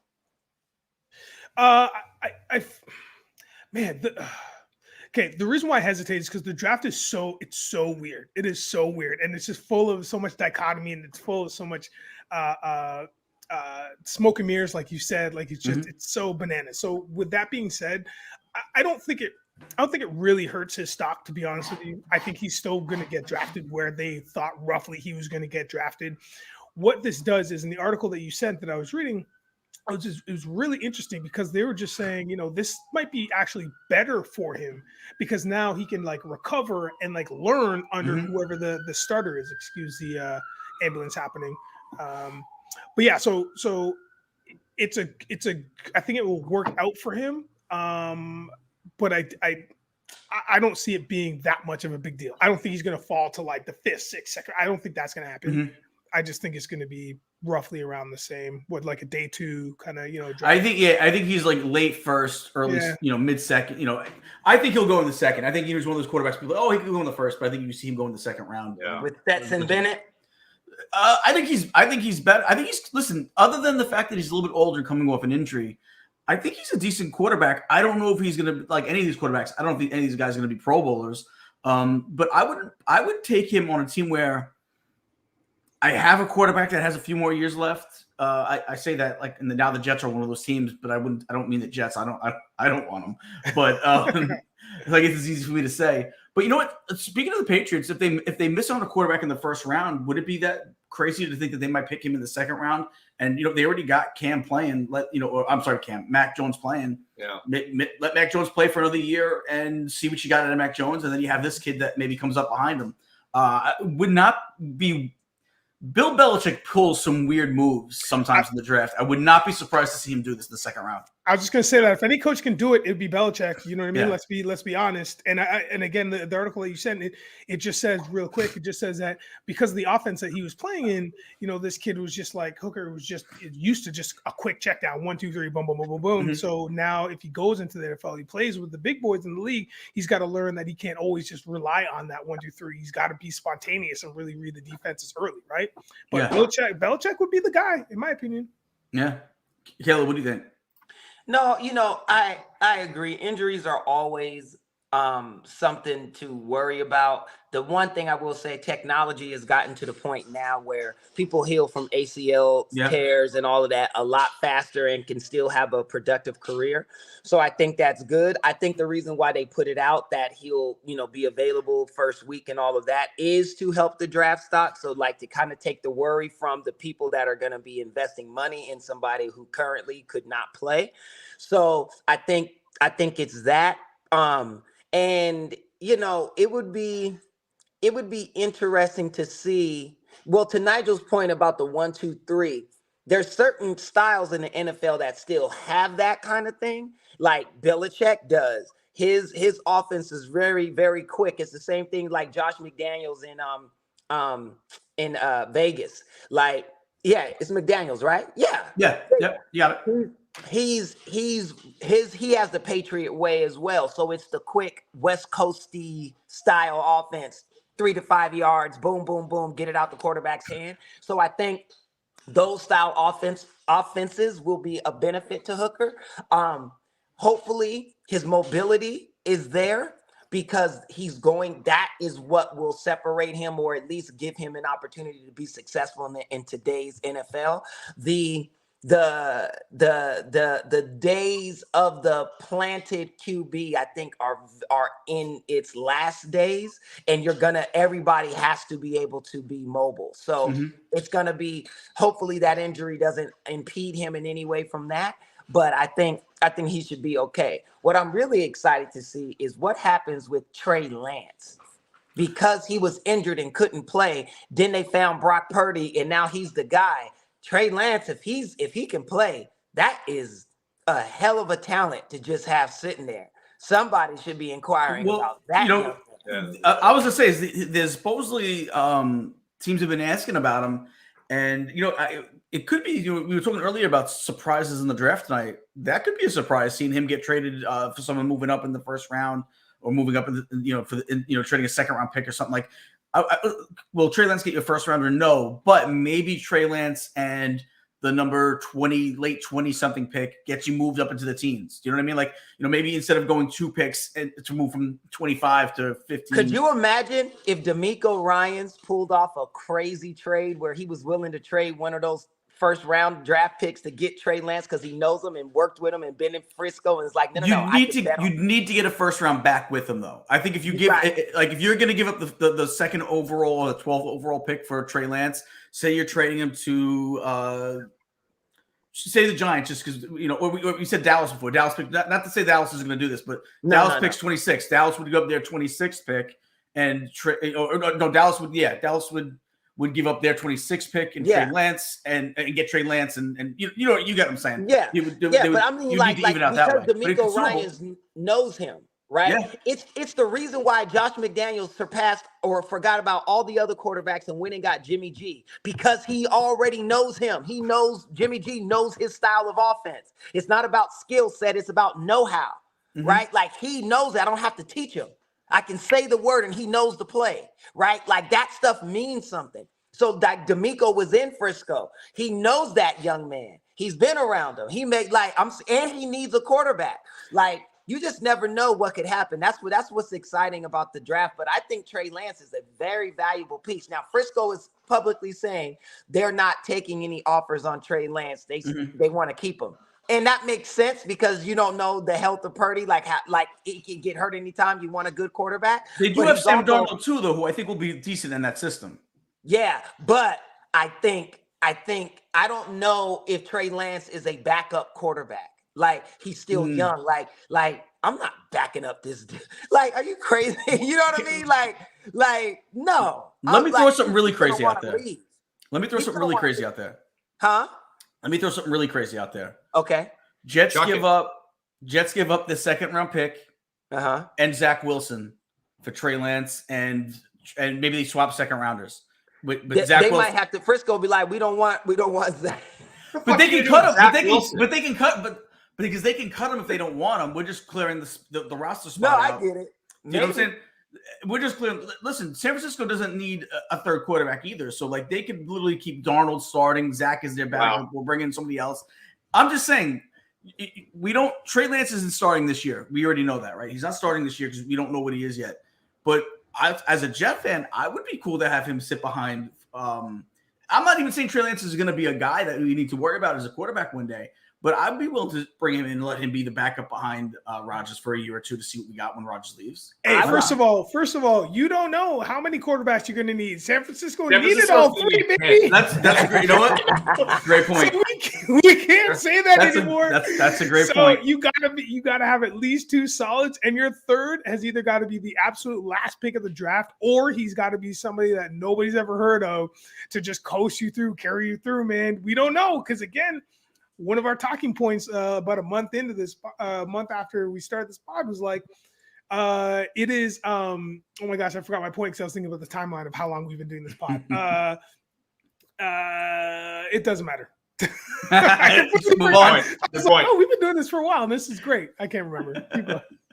All right, if you think of it, bring it back. Yeah, sure. So we had another debatable topic. We're going to talk about who is the top running backs, receivers to go in this draft. I think is there I don't even know if it's a debate. It's Bijan Robinson running back wise, right? Is there anybody, the guy's an absolute stud. He reminds me of, a little Le'Veon-ish, a little as a pro, not so much in college, but he reminds me of Le'Veon because I felt like Le'Veon dropped a little bit of weight when he became a pro. And then I think and this is where we might have a debate with the receiver room. Jackson Smith and Jigba, would he be everybody's consensus number 1 receiver? Not out of college, no. Who is if you could pick any receiver you want and you need a receiver, you could pick anyone you want. Who do you take in this draft? What's the receiver from USC? What's his name? Jordan Addison. Yeah, Addison is dope. I like his style. I like his game. I like Jackson too. I think Jackson is dope, but I would go with Addison. I'm looking it up real quick because I don't remember the name. I'm blanking Johnson. on the name. Yeah, Quentin Johnson. That's it. 6'4". He's a big boy. Yeah, it kind of reminds me of Brandon Marshall a little bit. I don't know if that's, It reminds me of Brandon Marshall, but that would be the guy I think that I listen. And Jets, do the Jets need a receiver? Not necessarily. Yeah. I keep saying Jets need this guy, need this guy, need this guy, need You this guy. always need. But we could use it. We could use a receiver that's 6'4" at least, right? So that has the playmaking ability. Like Lazard's a big receiver, but he's not. He's more of the possession receiver. He's not a playmaker. Right. This kid is got the size and he's a playmaker. I do like him. What about you, Nigel? Who do you got? Yeah, I'm a wide receiver guy. That's what I played in college, and I think that it's for Johnson for me for sure, because you love in the NFL having that guy that stature, like what was it, 6'3", 6'4", 210. You want that Megatron type frame, especially when you're in the red zone, because then you can just throw into the corner and he'll go get it. He's young, he's a monster. He'll go get it. He's a threat there, man. Like all along the seams, you have a guy that tall against a DB, against a corner who's probably going to, top out at like 6'1". It's like, yeah, man, go for it all day. So I'm in bigger is better in this world. I didn't know you played college ball. Yeah, bro. Yeah. U.S. college or Canadian? No, college? Canadian. I stayed up here. Canadian. Okay. Yeah. I didn't know that. Yeah, you're looking at. I ran a 4.3 at one time. Wow. Hey, what's up? Yeah, I think I run a 6'3", but I'm not really sure. So I look good now. When I run, I look good. You got You can see. Yeah, you can see it. You're like, oh, that guy was fast at one point. What's your height? I'm only 5'8". I'm like 5'8", 5'9". So you were like a slot receiver. Yeah. I was slot, and then they put me on the wide out traditionally. But my bread and butter is kickoff return. Like you give me kickoff return, that I got excited, baby. That's nice. There's nothing better than when that ball is up in the air and it's just you against the world. I mean, you have your squad who's in front of you back in the day when we were playing with the wall and stuff. But man, give me that, man. Give me that 108-yard kickoff return for a touchdown. Hey, yeah. There you go, man. And I fumbled it and had to run back and pick it up. So I mean, like my boy D Jack. Yeah, that's the great, greatest man. punt return in the history of the NFL. That one. Yep. Oh, is that the one when he won with no time left in the game against the Giants? Is that the one you're thinking of? Yes, when he beat the Giants, when we beat the Giants, but he caught the punt but fumbled it, had to pick it back up and took it to the house. I lost my mind. I couldn't talk for a day. I lost my voice so much. I was watching that game. Oh my God, it's the greatest. Oh gosh, I just love it. Nice. All right. Let me tell you, D-Jax and Freddie Mitchell are like my all-time favorite. Was it Fred Express? Isn't that called Fred X? Yeah. Eagle wide receivers, baby. Oh man, the people's champ, Fred Mitchell, baby. Like, oh man, I'm telling you, that 4th and 24. Woo! One of the greatest catches I've ever seen. Loved it. Not better than what Eli did in the Super Bowl with the Giants with. Catch 42 as they call it here in New York. Yeah. Yes, sir. All right. So latest on Jalen Carter, Seahawks. We talked a little bit about before. We don't think he's going to get past the Seahawks. Seahawks. Listen, question marks on character issues, and I don't think there is a character issue on this kid. I honestly don't think so. But if even if you're going to go there and say, well, there's character issues, Seahawks have never been one to kind of shy away from that. They seem to do their homework. They were able to bring in Frank Clark the year they drafted him. They signed Aldon Smith after Aldon Smith had a lot of issues. I tend to think that they feel like they have a safe place for some of these players. Because you don't really hear about players getting in too much trouble. I guess how much trouble can you get in Seattle, I guess. But you don't really hear a lot about Seattle. A lot of Seattle players getting into a lot of trouble off the field. So they seem to do a good job of bringing in guys that might have questionable character issues and still maintaining it. So I would not be surprised. Listen, is he a top 5 talent? Absolutely. He's probably the best player in the draft if you take away the incident, which again, I don't know if was him being a bad kid or more of a kid just being scared, being that didn't know what to do. I'm going to give him the benefit of the doubt until he makes another mistake to say, I think he was a kid that was scared, didn't know what to do. And maybe he should have acted like a man in that situation. But you know what? I remember being that age. I have a son that's that age. I get it. To an extent. You know what I'm saying? Like, I don't know what a lot of kids. I don't know what I would have did if I was in that age in that situation. Yeah. So I can't kill him for it. I can only wait and say hopefully there is no other mistakes that come up after that. But agreed though, he's not slipping past Seattle, right? That's the latest he goes. They would be dumb to let that happen. And Seattle, Pete Carroll, is used to it. Yeah. Pete Carroll was the coach of USC. Yes. Okay? I was going to make the same point. People that don't know, they were like Miami in the 80s. Wild school. And where it's located. People think it's in beautiful Southern California, which it is, but it's in a place that we call the hood. You go 3 blocks down, you're in one of the worst gang-infested areas you could think of, okay? So he's used to players having issues. So he's good with that. And he was the coach. He coached beast mode. Are you kidding me? Are you kidding me? You talk about off-field problems.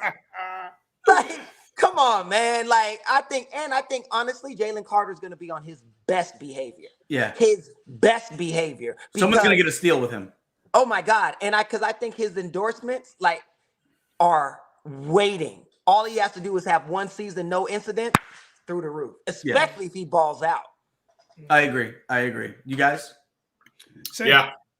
Cool. Positional need, and they seem to really like him. And kid made a mistake. And hopefully second chances. Listen, this country's all about second chances, right? So hopefully he makes the most of that second chance. Yeah. All right. This one is for you, Caleb. Eagles eyeing moving up in the first round. Do you want them to move up? Who do you want to see them go after? Well, because they want Bijan. I know. Yeah, that's why. And they're trying to get him because he's I'm telling you, him back there with Jalen is nasty. Because you're like, who do we go? It's gonna really what will happen? It's almost like a dual back threat.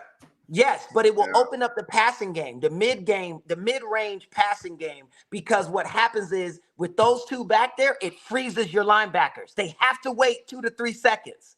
Yeah. And that allows receivers to get behind you, tight ends to make moves and shower shoes. You know what I mean? So you have to pay attention. So I think him would be great. I think we should if we can get him. And if not, you shoot for the stars and get stuck on a cloud. Because if you don't get him, you're going to get somebody else if you move up. That's a value. So, but do they need to move up if they got they could probably get him at 10, right? They could probably get him at 10. I don't think he'll be there at 10. It's dicey. It's about the spot I think most people thinking he'll go is like a top between the top 8 and 12 spot. Yeah. But backs can fall, man. Vegas won't take him, right? Who knows? Vegas, you can never tell what Vegas is. Yeah, you dang sure can't tell what that's. They'll draft a guy but they got Josh Jacobs, and Josh Jacobs is a beast to me. But they also didn't get him done long term. Maybe they want to sign him long term. They haven't come to a long term agreement yet, so we don't know if that's something they might look to as a replacement. But again, Vegas has had a knack for getting a guy that most teams take in the third round and taking him in the top 10 because the guy ran a 4.2 40. They're known to do that. They're always about speed. So that's been one of they think they're smarter than everybody else, and it doesn't always work out. But I'll tell you who else on their list it looks like is Paris Johnson. Also would be a guy you might need to trade up a little bit for. I don't know if he'll be there at 10. No, he kind of leapfrogged Skoronski. Everyone had Skoronski. An offensive lineman, you can't get those guys. Those go quick. Especially the top tier tackles, right? The two top ones are Paris Johnson and Peter Skoronski, and I feel like Chicago's got to take Paris Johnson, right? I think I take one or the other. They definitely need a lineman. Well, they need a lineman. You got to protect Justin Fields. He runs too much. You got to protect him. Exactly. They need one of those. They better not take Bijan Robinson because I got Herbert in my dynasty league, and now I'm finally ready for Herbert to eat. So I don't need Bijan Robinson screwing that up. But no, the Bears need. They need an offensive tackle. They definitely do. I agree. They definitely do. Offensive tackles. Yeah, and that was my thing. Everyone was like, "Oh, the Jets should go tackle." Well, I don't. If I'm at 15, there's only really to me there's 2 top end tackles, it's Skoronski and Paris Johnson. After that, it's a huge drop off. So I don't want to take a tackle at 15 just for the sake of taking a tackle. I'd rather move down and get something else, or just take another need in that spot. But with the Eagles, again, at 10, I don't know if Paris Johnson's there. They may need to move up to get Paris Johnson. I don't necessarily know if they need to move up for Bijan Robinson. And then he's even bigger, and I think Caleb says he might be interested in this. If Houston's looking to trade that number 2 overall pick, what about Philly going up to number 2 and taking Carter themselves? It fills a need. They need to fill it. They lost who's the tackle they lost to San Francisco this year? They lost one of the top defenders was a defensive tackle. I'm blanking on his name right now, but they lost him to San Francisco this year. Is it Hargraves? I think it was Hargraves. That would fill a need, bringing in a brand new defensive tackle, Jalen Carter, who we've all pretty much said in agreement he's probably the best player in this draft. Could you see them moving up from 10 to 2? How would Philly do that though? You'd have to give it probably your second. Where do they pick in the second? I'm not sure. Remember, they have an abundance of picks because of the. Actually, they don't have an abundance of picks, do they? I don't think so, man. That's why I don't know if. I mean, obviously, this is all hypotheticals. This is part of the game, but I just don't think that they have the capital. Yeah, I don't think anybody would want that to happen. I don't think anybody would be willing to be like, yeah, man, sounds good, because they were the dark horse last year. Look, granted, at the beginning of the season, and they proved themselves, and then they were just unstoppable. So I feel like they might have some cards against them. But again, it's a business. So who knows? You might not be wrong. I don't think teams are going to be worried about making them better. I think they're going to say, hey, if it makes us better long term, I don't really care if they're better next year. Sure, you know I got you. Sure. That's at least that's how I would approach it. Yeah. But I'll tell you what, no, it's almost unfair for a conference champion to pick at 10, right? Like that alone. We were saying as a Cowboy fan. Yeah. We were saying, what if the Eagles were to move up to say 2 and pick up Jalen Carter? We need him because we lost Hargrove. That's Hargrove. That's it. I was saying I couldn't remember the name. It was Hargrove. Yeah. We lost Hargrove to the Niners. That was a big blow. Yeah. So, and I'm telling you, I'm nervous about Frisco next season. Yep. I'm like, damn, that team is going to be ridiculous. They just need to fix their quarterback situation, figure out who their quarterback is, and they'll be fine. Yeah, man. But they already did. They think it's Purdy, so they're going with Purdy. Yeah. So what do you have the Eagles? Do you have the Eagles moving up? What do you think they can?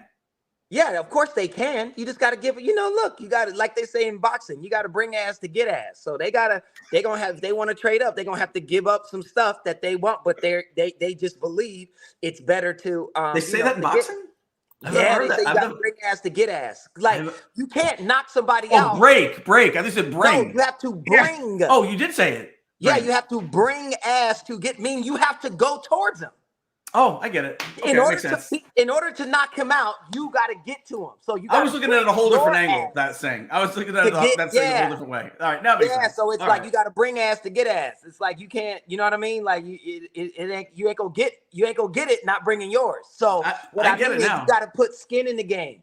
Like you're gonna lose something or risk something in order for the big win. That's basically what it means. And so the Eagles will have to give up some things that maybe they may not want, but they value getting somebody like Carter at that, and it would be worth it. I think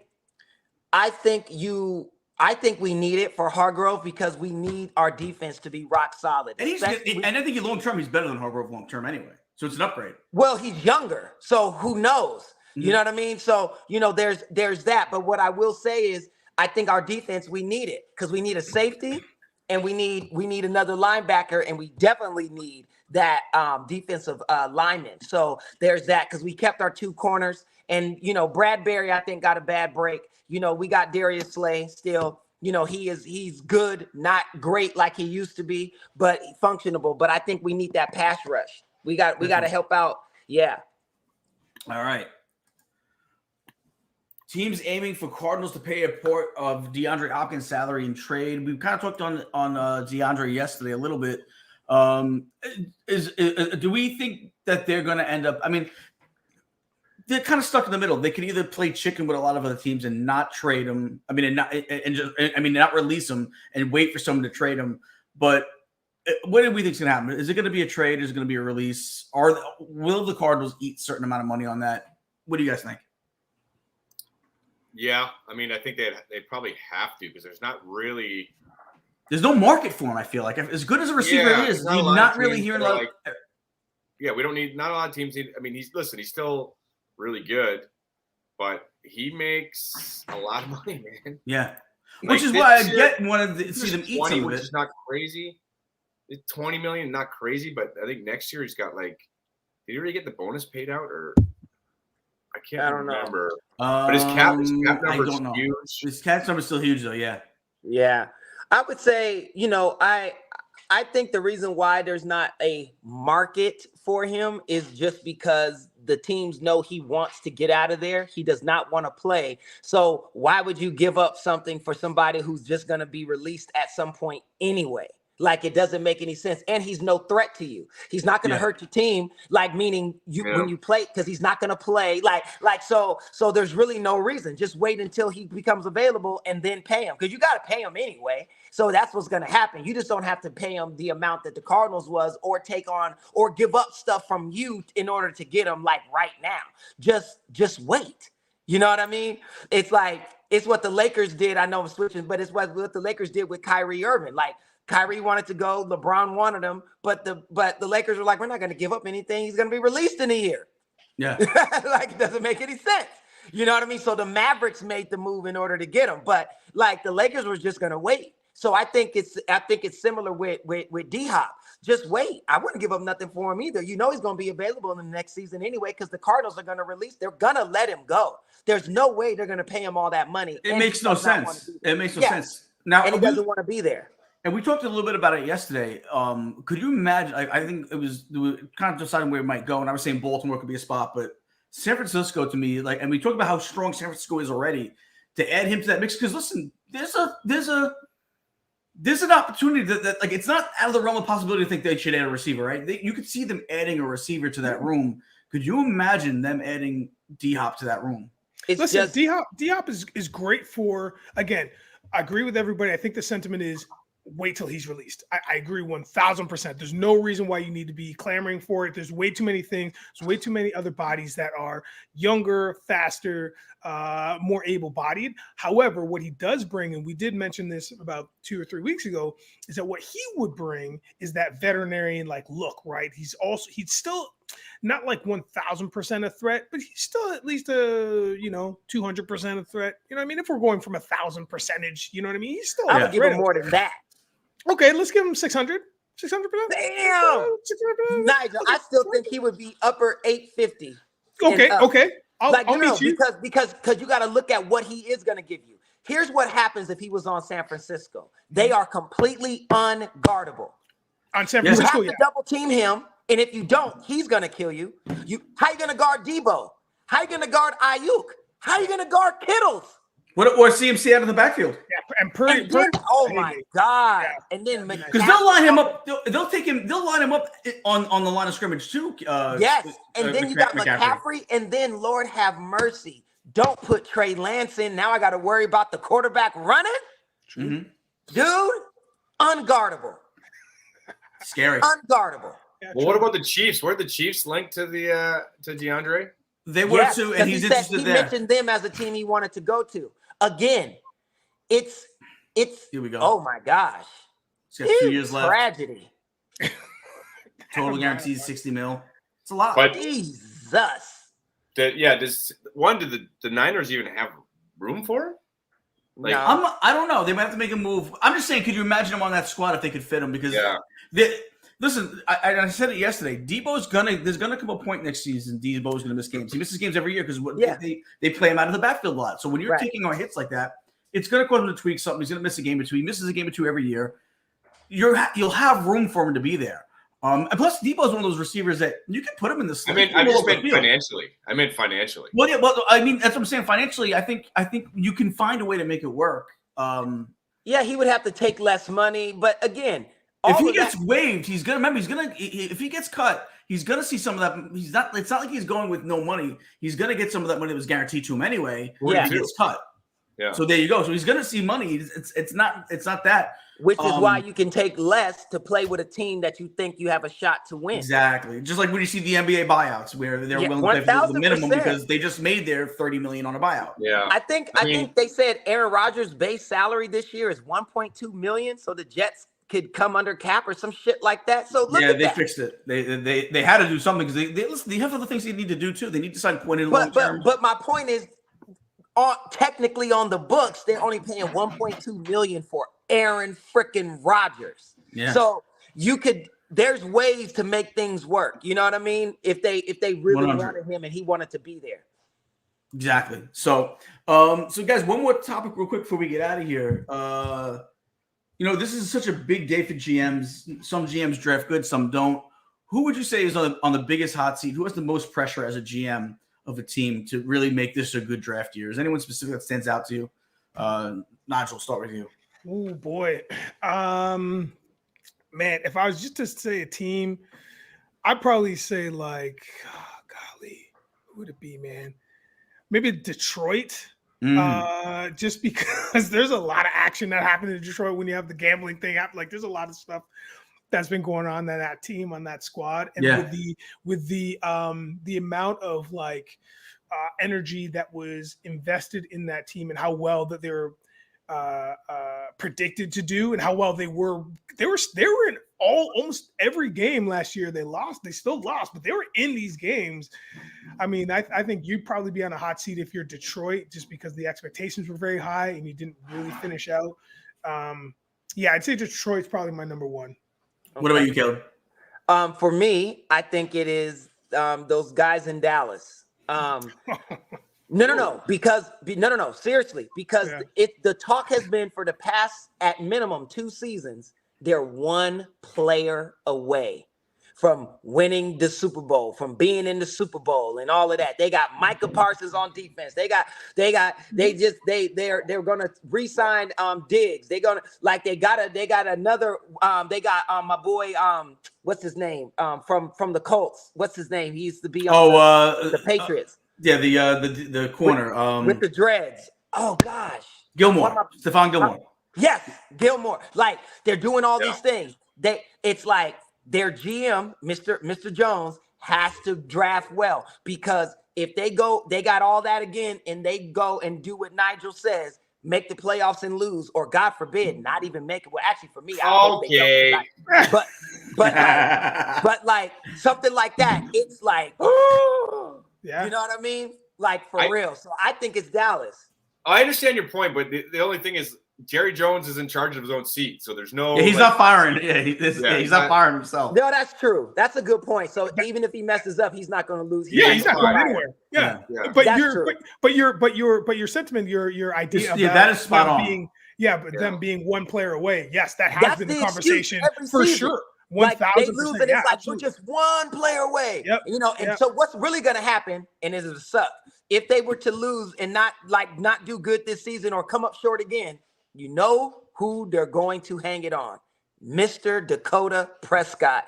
And they're going to want his, and the coach out of Dallas. And McCarthy. Overpaid him. McCarthy. Ooh, definitely McCarthy. Definitely McCarthy. Without question. I'm not a McCarthy guy either. He's done good. He's actually done good. I feel like he's always underachieved. He always has great rosters and underachieves. Even in Green Bay, he always had great rosters but underachieved. Now that could be a Rodgers addition. But I mean, he won a Super Bowl. In spite of him, I feel like. Listen, when he was a free agent, when he left Green Bay, there was a lot of talk that he was going to be the Jets head coach, and I did not want him at all. Why is Patty Puddles coming to the room? Patty Puddles, because he's upset about something. But. Go ahead, you Matt. have to give him credit. You still have to give him credit for winning if you're going to blame him for losing. You know what I mean? So that's my point. He's got to get the credit for the win. You can't. It's coaching is too one-sided like that. Well, Matt, who do you have on your hot seat? Well, Houston. Yep. They have a lot of needs. Team. They have multiple first-round picks. Nick Caserio. They need a quarterback, but it doesn't like you said. This is a tough draft to have to pick where they're picking. Yeah, and it's they need a lot of help, and I can't imagine what the fan base is going to be like if you run it back with the same. If you don't take a quarterback and you run it back with what's his face, that's going to be. Oh man, it's gonna be anytime your quarterback's name is what's his face, it's a tragedy. That's a problem. Davis Mills. But here's the thing: you run it back with Davis Mills. That's God. Imagine being a fan of that team. That's hard. I mean, Carolina has some pressure because they traded a lot. Yeah. To get the number 1 pick. Yeah, that's a good point. It seemed like they didn't really know who they really wanted. I don't think it's a problem over there. I think it's one of those things where it's fine. Like, we're screwed, man. So I think their GM is fine. Houston, I'm on the fence with that pick. I understand why you're saying that, but I also think that's another franchise. Just like, we got to go through the trenches for another couple seasons because we're a hot mess anyway. With all those picks, I get it. That's a lot of picks. They have a lot of picks. Yeah, well, I know. But look what he's done. Nick Caserio came over from New England. Everyone thought he was going to be like this savior because he came from New England. I don't know how much he had to do with New England being so good. That was more of a Bill and Brady thing, right? So he comes over from there. He's 7-27 so far. His record as GM. Name a pick that he nailed. A round 4 pick, Dameon Pierce, he got last year. I believe he got him out of Florida. That's the only pick he's nailed in 2 drafts. He's got to be the guy in the hot seat. You nailed it, Nigel. When you have this many picks, you can't afford to fail. I remember the Jets had a GM back when Rex Ryan was the coach. We had Brian. I forget, was it Brian Idzik? Whatever his last name was Idzik, which should tell you that doesn't even sound like a GM name, Idzik. But he was our GM. Had 11 picks. He drafted 6 wide receivers. Guess how many more on the team 2 years later? He picked 6 wide receivers. 0. I don't even know. I think one guy we had on the team for 3 years. The longest out of the 11 picks was on the team was 3 years. So when you have that many picks, you got to nail at least a couple of them, man. You got to nail at least a couple of them. And Nick Caserio has had 2 drafts. He has one guy to show for it. He needs to nail this draft. Otherwise, he will be gone. Yeah. There's no excuse. I can see that. Yeah, they got round 1. They got pick 2 as and 12. But that's what I'm saying. And 12. It's like okay. So Matt, maybe I take that back, man. I think you're right because that's round 1. You have 2 and 12, and then round 2 you got pick 2. But then 3 you have 2 picks in there, and in round 6 you have 3 picks. Like they have quite a few in between. But I mean, if you home run this draft, you could reshape your the team trajectory. Yeah, 100%. Absolutely. And there is one thing I'm about to say about the Eagles.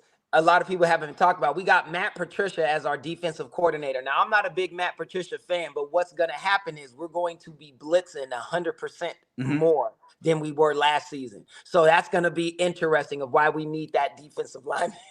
I agree. And listen, he gets clowned on because he had a bad run as a Detroit head coach, and he had a bad run as an offensive coordinator in New England, of all places to go as New England's offensive coordinator. But when he was the D coordinator in New England, he got the head coaching job because he was such a good D coordinator. Yeah. I just think he's one of these guys that he's just a better offensive D coordinator. Don't make him an offensive coordinator. He's not an offensive mind, and he's maybe just not a head coach, but he's a terrific defensive coordinator.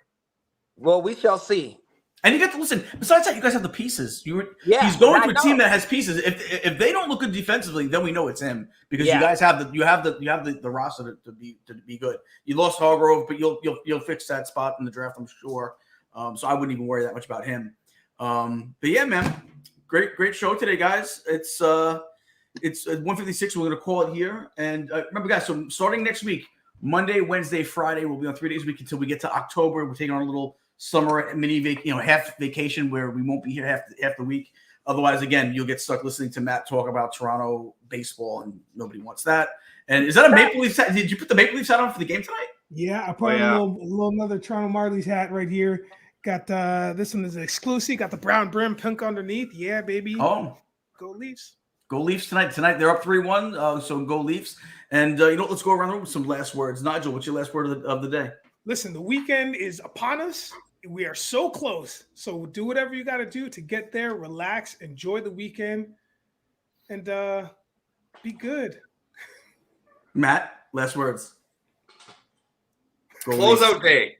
Closeout Come day. On, go Leafs, go. Those are my last words. Come on. I don't want to do a fucking another game of the series. I don't want to stress. I hate this shit. Let's just go. Caleb, last words of the day. Hey, spread love is the Brooklyn way, y'all. Have a wonderful weekend.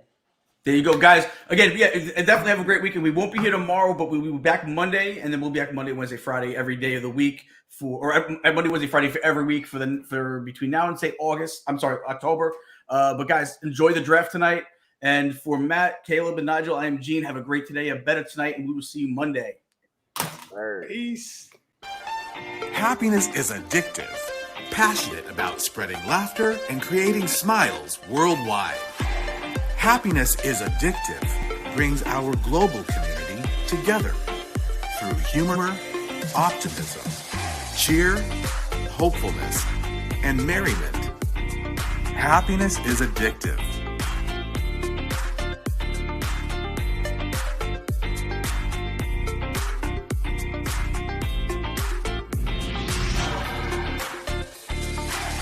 Happiness is addictive.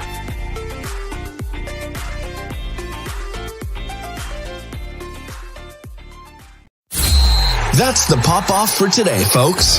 Thank you to all of our listeners, as well as our producers, Patty Puddles and Fareed Kameo. And make sure you tune in tomorrow to hear what these hooligans will pop off about next.